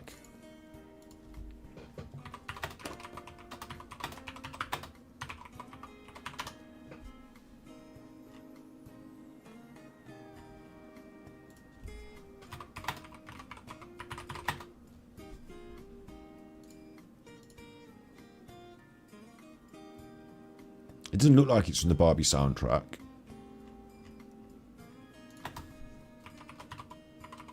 Like, why has he chosen to... Barbie the album? No, it's not on there, is it? Why has he chosen to pair it, the old Barry White song? And he thinks he's a bit of a Barry White, you know, a bit of a Ripper crooner. He hasn't got a deep voice. He hasn't got a deep voice. Alan, I challenge you. Alan, I challenge you. Next stream, move your microphone, please, into the front of your face and give me a deep voice into the microphone. Alan, I challenge thee. I challenge thee. Alan, Alan, Alan. Like, you won't be able to do it, okay? So, why has he used the Barbie themology here? Girl, you're all I'm living for. Your love I'll keep forevermore. It's fucking weird, isn't it? Isn't it? It is, isn't it? It's weird. So my assumption here is that he's got a nickname either for an ex-wife or a daughter, Barbie, and the song, you know, My First, My Last, My Everything. Like, maybe it's a song he used to sing when they were a kid, or like in some ways connected, or maybe it's not, maybe, but it seems like it's like a love song, but not a very sexual love song, isn't it? It's a bit more of a, you know, an open love song. So it's definitely about a girl, and it seems to be about Barbie. Like, what is he doing that for? Why is he doing it? Alan Smule, Alan Smule. He's crazy like a fool. How about Alan Smule? Alan Smule. Alan Smule. You're 7 years old. Check your inbox after this after this collaboration. Have you followed me on Smule? I've got VIP. Check your inbox after this collaboration. I'll see you on Skype, Alan Smule. You can earn yourself £50. Don't tell your parents. So, look, you're my first, my last, my everything. This is fucking weird, isn't it? This set of choices. It's fucking weird. If anyone's got any other ideas about why he's doing this, because it makes him look really fucking weird. Well, I guess I gotta try. There's that image of jumping off the cliff, like that camera angle of like a suicidal aspect of jumping off a cliff as well, edited in. It's pretty grim. Someone left me, and I didn't say why. But I guess I gotta try. There's many rivers to cross. Just where to begin? It's a copyright nightmare for my stream, but it's fucking awful for Alan. Like, he's done that in seriousness and uploaded it to his channel. I mean, what more do you want me to say about it? You can do your own, invent your own fucking like comedic opinion about that. Make videos about it, please. What is he and how and why? How can he? Is he still playing in the background? Yeah, this is still playing in the background, good. Because I need that relaxing music, because what Alan's done is an assault. An assault on the classics. And the Barbie girl thing as well, with the foot fetish theme running through it, is just incomprehensible to me. Especially when there's a sort of stench of paedophilia about his character. Like using Barbie in his video. I mean, it's obviously not his video, is it? It's from the Barbie movie. But at what point did that get on his computer, and how did it get into his edit, and how did it make it onto his video? They're his choices. Barbie is popular at the movies, yeah. But not amongst Alan's demographic of like old men over 60. I mean, maybe she is popular amongst old men. Maybe Margot Robbie is popular in her infantilized form. I mean, the thing about Barbie, of course, as much as she's socially proactive these days, she does represent a sort of commodification of womanhood, a sort of chauvinistic, patriarchal objectification where a woman is an object to be acted upon, not an agent in her own life. And now Barbie has become more of an agent in her own life, of course, but she's still here depicted on screen as a fucking doll come to life, not a human being. So I'm not that happy about what Barbie represents really overall. Oh, you're a stupid feminist now. It's a political... Oh, you're one of those left-wing fucking bunny-hugging feminists now, are you? Why don't you go and suck off a Jew? Hey? You left-wing fucking bunny-hugging... Why don't you go and shag Greta Thunberg while you suck off a Jew on a polar ice cap with David Attenborough shagging you? Look, can you shut up? Right? Can you shut up? Why don't you go and suck off a Jew with David Attenborough shagging Greta Thunberg? Look, you bunny-hugging fucking... Why don't you have a load of immigrants in your house shagging your sister, you fucking... What? Can you go and suck off a Jew? What? Why don't you go and suck off... You and Greta Thunberg can go and suck off all the Jews. What are you talking about? Where did this come from? Why am I subject to this now? Don't you like Barbie? You don't approve of Barbie. Next you won't be approving of the porn industry. And obviously we like the porn industry because we fap off to it. What? Why don't you go and fap off to a load of fucking Jews and blacks? What? Why? What? I'm not negging on the foot fetish gang, Joe Watson. I wouldn't kink shame necessarily, but it was just Alan's choice in his video to present a sort of ode to foot fetishism through the prism of the objectification of women that is the Barbie film, as a love song and an ode to who the fuck knows on his channel. Can we get back to sucking off the Jews? What? What? You and Anne Frank up in the attic shagging Greta Thunberg. What? You and Russell Brand shagging Gandhi. What? You and Nelson Mandela sucking off the Jews. What? My side's just what? I haven't got much of a comeback. Oh wait, you can suck off Hitler. Oh, now you've got a comeback. Yeah, you taking Mussolini up the arse. What? That's homophobic. That you're not supposed to... Wait, what? You can make jokes about things. It doesn't mean you're homophobic. But whose side are you on? Do you want to come over here? What, and suck off Hitler and...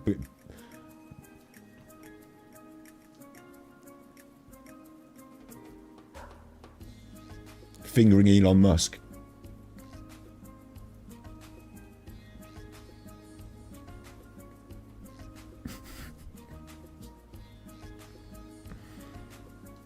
Balls deep in Tommy Robinson.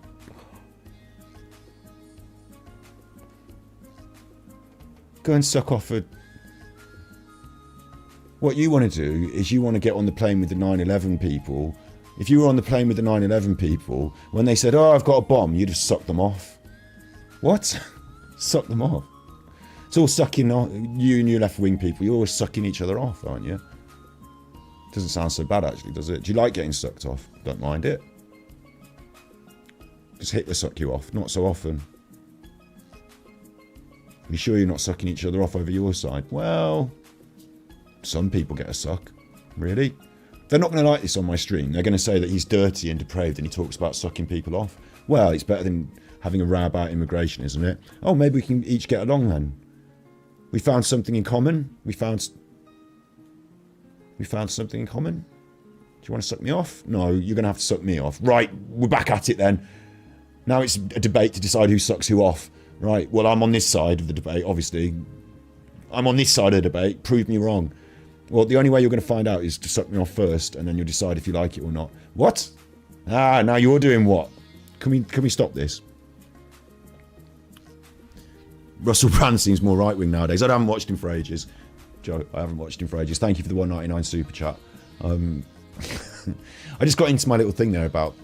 I don't know how that happened. I don't know what happened there.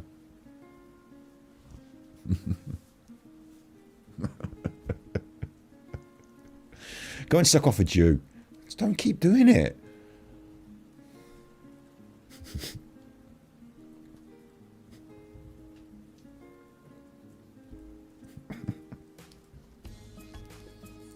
I'm just going to let that sit for a while.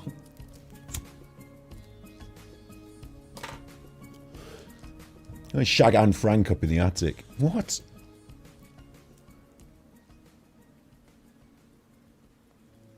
My friend Isaac used to have a joke about Anne Frank. I don't know if it's... He said... Isaac was gay, and he said in the hairdressing salon once, when conversation turned to Anne Frank at some point during we were having a conversation in the hairdressing salon, you know, people there, and he said, I don't know how Anne Frank managed to keep quiet up in that attic with all those soldiers running around downstairs.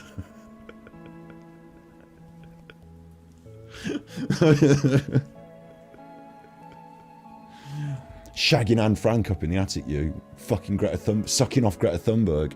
What? Bunny hugger, Nazi. See where this gets us. Rather be a Nazi than a Jew. What? That's really awful. You shouldn't say things like that. I'd rather be a bunny hugger than a Nazi. What? I don't know where this is going. Obviously now one of me, this is supposed to be the bad me with the bad colours. Like the anti-colours. This is supposed to be the bad me, but I've taken the position of the good person. Now one of me is a Nazi. I don't want to be a Nazi anymore. Can I come over that side? I'm fed up of it. I don't want to be a Nazi. I don't want to have to represent Nazism on my stream, really. Alan did a good job of that earlier. Can't we just leave it to him? Yeah. Thanks. Can I come over to your side? Yeah. Just a minute.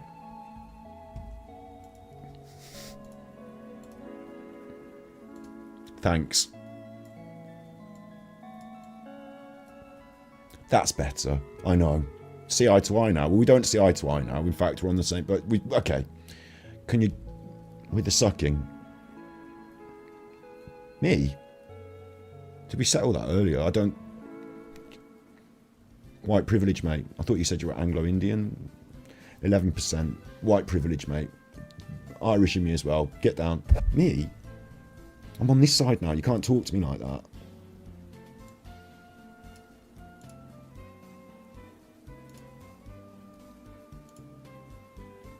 Let's just put me back over here. Make me big again. And that's politics. That's politics. And how long have I been doing this for now? Nearly 3 hours. Oh, it's not quite midnight though. Okay, that's cool. It's not quite midnight. So Angry Alan's terrible fucking whatever. Angry Alan's immigration nightmare. I mean, to sum up, was a fucking nightmare of a stream for Alan, I think. He's got 600 views on his stream, nearly 600, or 640. I don't know what our numbers will be like. Please click the like button if you've enjoyed what's happened in any way. Support the stream by clicking the like button, tipping this racist bastard who said suck off a Jew earlier, me.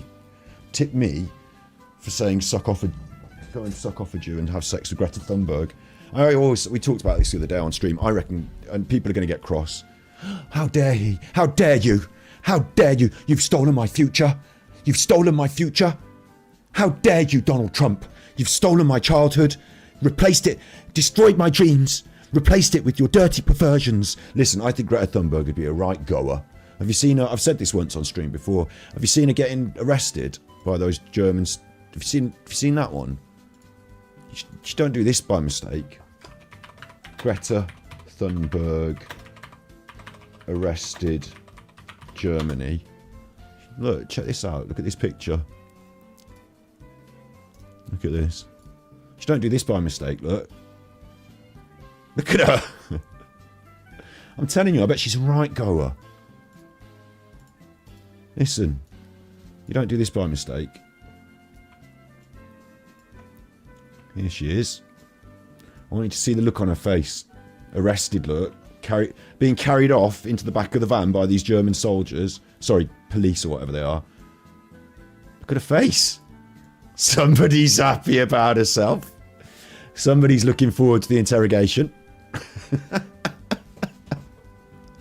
You've stolen my future. Now get me in the back of the van. Take me to the station.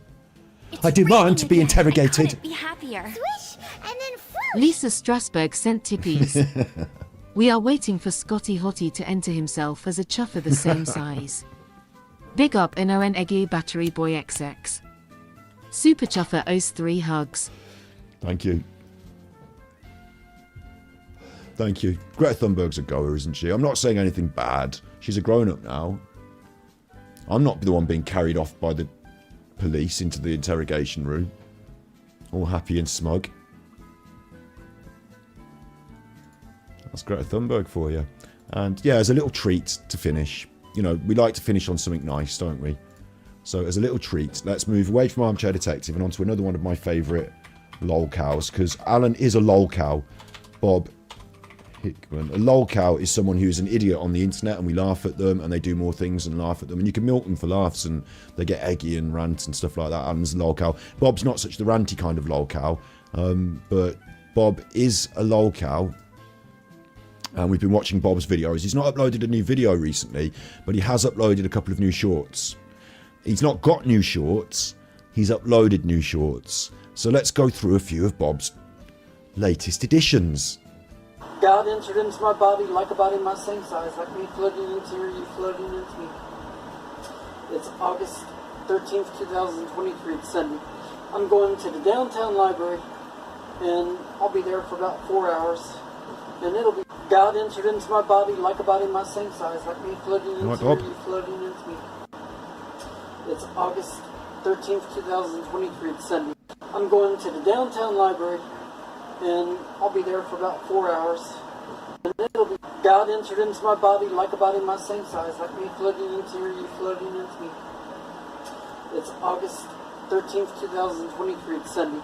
I'm going to the downtown library. Going to the downtown library. Greetings. God entered into my body like a body my same size, like me floating into you, floating into me. That's the Holy Ghost baptism. Did someone shush him then? In the Bible, and it is biblically required for New Testament salvation. God entered into. Greetings. God entered into my body like a body my same size, like me floating into you, floating into me. That's the Holy Ghost baptism. It's Acts 2:38 in the Bible, and it is biblically required for New Testament salvation. The Bible says, if any man have not the Spirit of Christ, he has none of his. It's quite a... In many chapters, many places of the Bible, God promises to give it to you if you seek it. But I find I am the only one on planet Earth that has it. Therefore, I want to... I was going to say that seems like quite a balanced little reading from the Bible there, but instead it turns out you're the only one that understands in the whole world, and it's going to go a bit creepy maybe. To reach all of Earth, to let people know... Lol Factory, no, you didn't just get banned, no. No matter what they did. And some of them have done quite a bit, and you know it. I've started a GoFundMe, and if you wish to donate to that, it probably will don't all go to promoting the YouTube channel of the videos I make in different languages. Probably don't. Some are. Greetings. God entered into my body. Going to take a bathroom break while you listen to Bob. Same size, like me floating into you floating into me. It's August the 12th, 2023.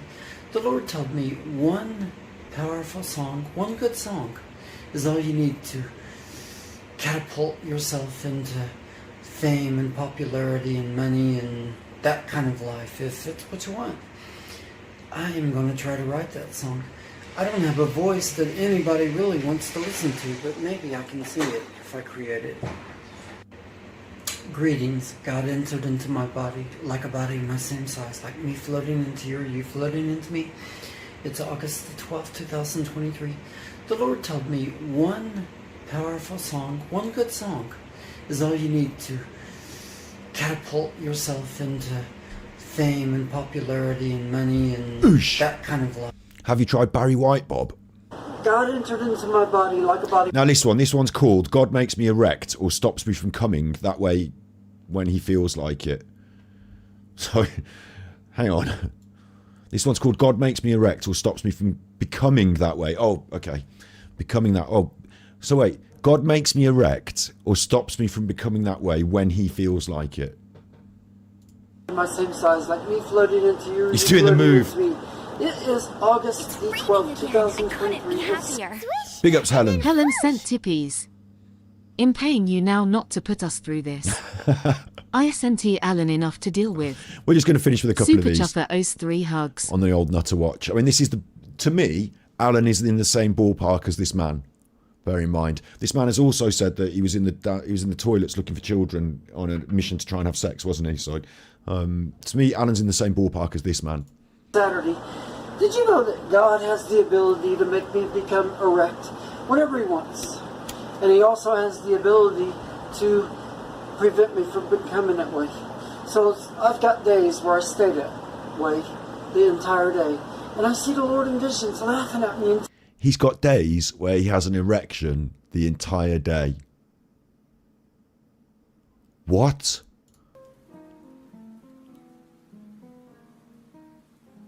He's got trousers on this one. Does that because he's got an erection, or is it when he's turning back from us he's got the erection? I've always thought he just seems to be on the precipice of culmination when he's got his back to us. That's what, you know, if you read into what I'm saying. I always feel like he's got himself right to the edge and then decided to switch on the camera and stand there and be like doing the video when he's right on the precipice of culmination. But here, I don't know why I'm beating around the bush using that polite language. Earlier you said you were going to shag... I didn't say I was going to shag her. Well, who do you think you are? I mean, hang on. I'm supposed to be the bad one. Should we restart this? Earlier you said you were going to shag fucking Greta Thunberg and Frank in a threesome.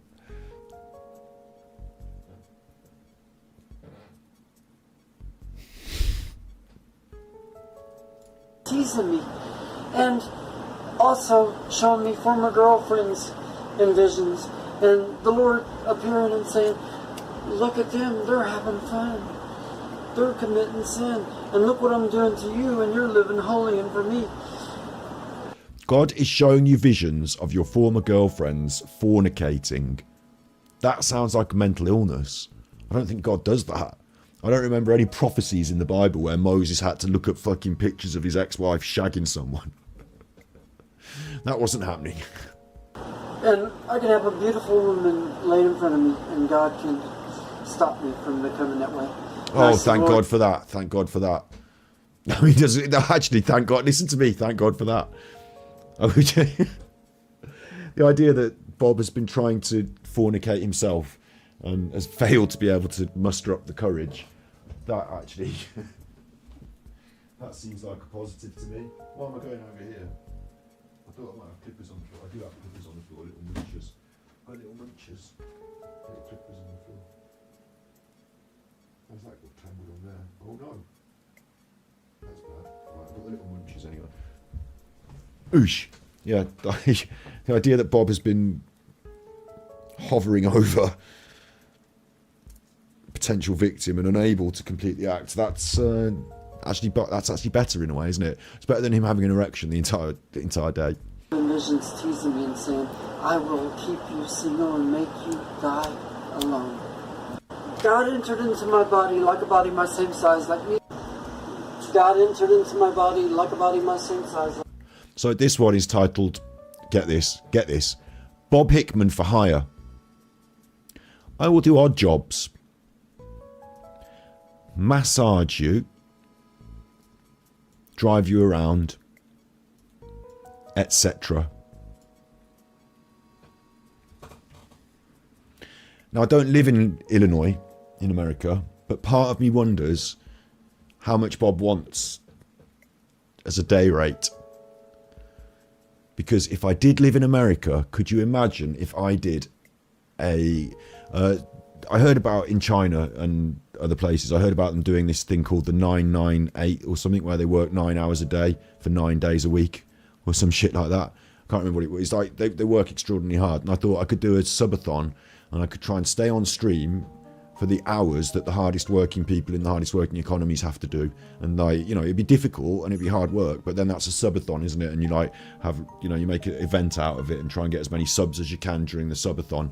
And for that, if I was on stream the whole time, I could hire Bob as a day rate and have him to stream with me, give me a massage and drive me around. I don't have any other odd jobs I would really want Bob to do.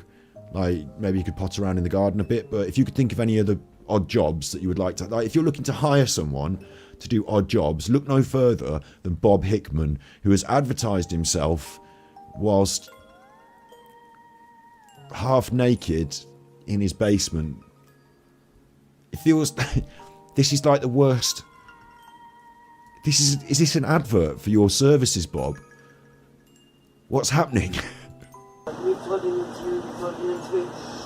It's Friday, August 11th, 12th, 2023, something like that. Anyway, had to work a lot yesterday, 16 hours. Today's only 8, but they wanted me to work 16, but I didn't want to, so they found somebody else. Anyway, have a good weekend. My weekend hasn't started.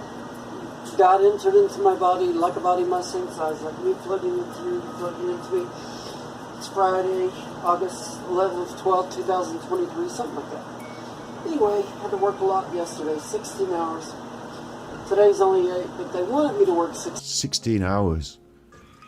God entered into my body like a body my same size. God for hire. Hire me to do your dirty work. Like me floating into you or you floating into me. It's July the 5th, 2023, Saturday. I'm glad I'm off. I've got things I have to do today. Saturday I have to cut the grass. And my yard is about like a foot. Fairly mundane for you, Bob. It's a lot of grass, ain't it? And I just bought a brand new self-propelled lawnmower. But the speed is so low. Oh gosh. Big ups, Joe. It's like Joe's the top G. to walk faster than a mower is wanting to go. So I'm pushing. But it is a good workout. Cutting grass is a real good workout. God entered into my body like a body my same size, like me floating into you or you floating into me. Thanks very much for the super chat, Joe. Me President Joe Biden will win re-election. Joe Biden's going to win re-election. God entered into my body like a body my same size, like me floating into you or you floating into me. It's July 29th, 2023. It is Saturday. And I hope your Saturday and Sunday is going to be way more cool than mine. You see, this week I have to work 7 days. And that's not cool. Even if you don't have a life like me. And that, I guess that means God inside me too. Do you expect me to say something else? Like a final, well, I do see non-stop visions. Let's see what God has to say. Bobby, work, saith the Lord. Help them out. And they will help you out. He's talking to God now. Tell them what you just saw. I saw me with a blonde-headed woman. She looked kind of cute, too. God entered into my body like a body my same size, like me floating into you or you floating into me. It's July 29th, 2023. It is Saturday. And I hope your Saturday and Sunday is going to be way more cool than mine. You see, this week I have to work 7 days. And that's not cool. Even if you don't have a life like me. And that, I guess that means God inside me too. Do you expect me to say something else? Like a final, well, I do see non-stop visions. Let's see what God has to say. Bobby, work, saith the Lord. Help them out. And they will help you out. Tell them what you just saw. I saw me with a blonde-headed woman. She looked kind of cute, too. God entered into my body like a body my same size, like me floating into you, you floating. This one's into incredible. Me. It's July 29th, 2023. It is Saturday, and I hope your Like in this one, we actually see what it's like to receive a vision from God. Saturday and Sunday is going to be way more cool than mine.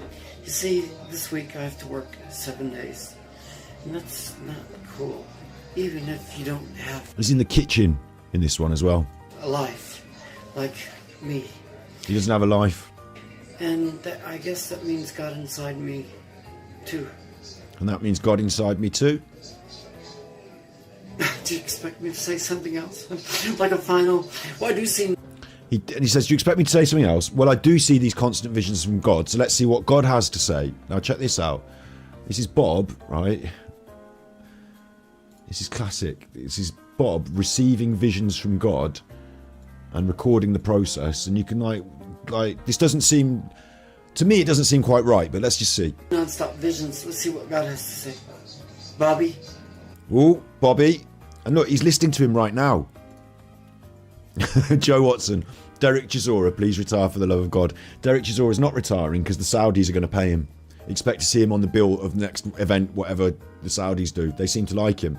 Like they've got a little soft spot for Derek, haven't they? They paid him to get on Eddie Hearn's bill. He'll be fighting bums on Saudi bills for the next 5 years. Like Derek goes where the money goes, and he's not. That's not to say he's going to get himself knocked out for cash, but Derek's. I think they'll reduce the quality of his opponent, and I think he will even conceivably become a bit of a gatekeeper. But yeah, the Saudis are going to be paying him, and he's going to be boxing for another few years, guaranteed. They seem to like him.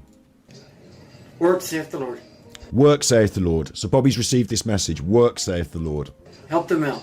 Help them out. He's got a comb over from all the way from the back. And they will help you out. And they will help you out. This is like testimony now. Like this is like, write this down in your Bible, you chuffer. Tell them what you just saw. Saw me. Tell them what you just saw. Blonde-headed woman. I saw me with a blonde-headed woman. She looked kind of cute too. She looked God kind of entered cute into- too. And then he cuts it off. Like, what? What? God entered into my body like a body my same size, like me floating into you floating into me. It's the Holy Ghost baptism. It's July 16th. I may be gay. Bob Hickman, God entered my body. He's put the words up, and he's put, I may be gay. I may be gay. That's his choice there from Bob. And he's in the library, and he's also put 666 at the bottom. Number of the beast there. He's doing some whispering on this one. It's like ASMR because he's in the library. He might be gay. 2023. I see non-stop visions from God. And America has a very important political presidential election coming up. Do you know who you're voting for? Do you know who you're voting for? It's certainly not you, Bob. Listen, it does say vote for Bob Hickman at the top. Vote for Bob Hickman. If you're in the library and you saw this happening, you just wanted to get to those books about politics or whatever. You just want to get to those books, and Bob's there doing this. I tell you what, books aren't that important, are they? You'd find it out on the internet, wouldn't you? Probably just don't go down that aisle in the library. And some of the reasons that you are voting Bob's for him? Bible episode, absolutely, yeah. I'll have to find it though, look, live on stream. If you want to know about Bob Hickman. So, we talked about him, my channel, Battery Exhausted. Actually, we did it on the main channel, didn't we? And then I edited it for Battery Exhausted. The edit's probably the best one. Where did we first talk about it? Was it on Super Chuff or was it Battery Exhausted? See, now you're asking me. But there's a video here that I made of it. Didn't I? Didn't I? So I combined the two things because we read his book and we did a stream looking at his behaviour and stuff like that. And I made it into a video. So it's a fucking video. And I definitely put it on Battery Exhausted, didn't I? There it is, Bob Hickman. Share that, copy that, share that out. And anyone that's watching this, if you've got a friend who's got similar opinions to you, who thinks that stuff we do might be funny, if you've got someone that you think might enjoy our content, share that out, put it on your Facebook, put it on your Twitters. The shares are as good as tips. Thank you very much, Joe, for the tips. Bob is the seaman demon and the Suzzler Guzzler. Him and Alan would make good friends, I reckon. Him and Alan would make good friends. So that's the Bob Hickman episode. And it's also on Super Chuffer, I think, as well. I think it is as well. And thank you for the super chats. And here's the Tippy's link. We're just going to finish off with this Bob Hickman video, and then we will be saying no night. So except I'm going to move over to Twitch and play Baldur's Gate. But will promote America, a leader that will promote the world, a leader that watches jobs move to other countries and is promoting the countries the jobs move to. Or will you vote for me? I'm top prime cut of meat, I'm your choice. I wanna be elected. I'm top prime cut of meat, I'm your choice. I wanna be elected.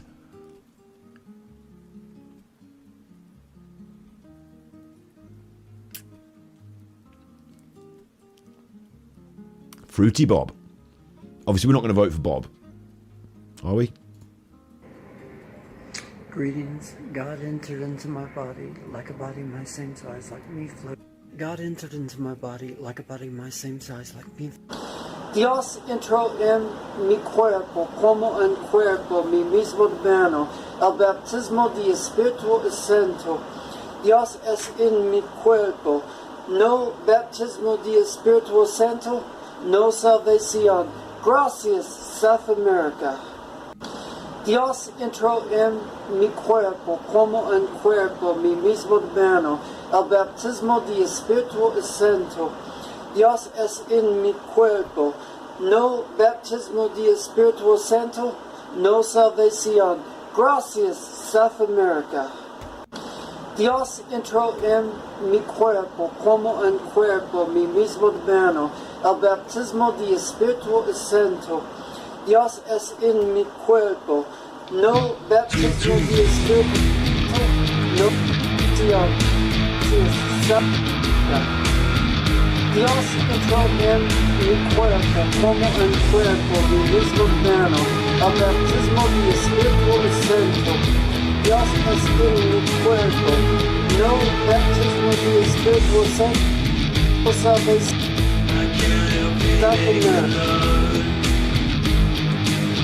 The world is out of control. No, I'm depressed, but my response is correct. Am I sinking or is the water rising? Celebrating, setting, advertising space. The horizon rising up to crush me. In your eyes I am lost. Last century ago, I'm not an angel. Can you fix it at least? If you can't be good, you're naughty. Every river ends in the sea. Walk out in front of me.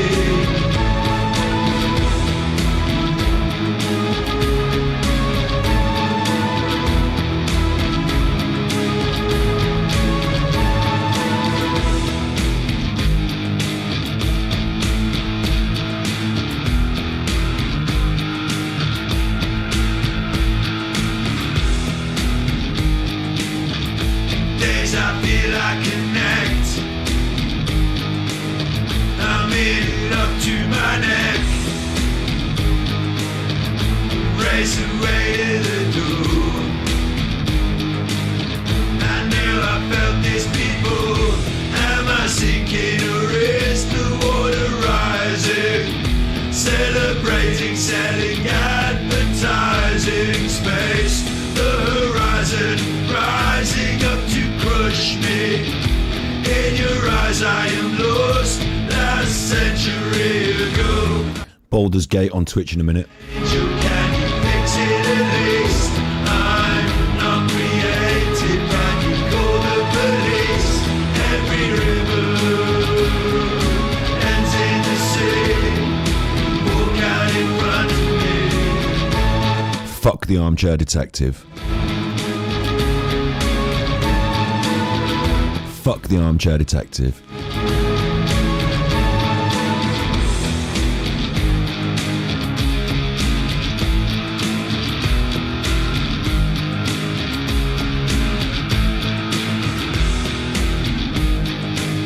Stand up, body rated disease. My youre, someone hand me the case. Am I sinking or is the water rising? Celebrating, selling, advertising space. The horizon rising up to crush me. In your eyes I am lost, last century ago.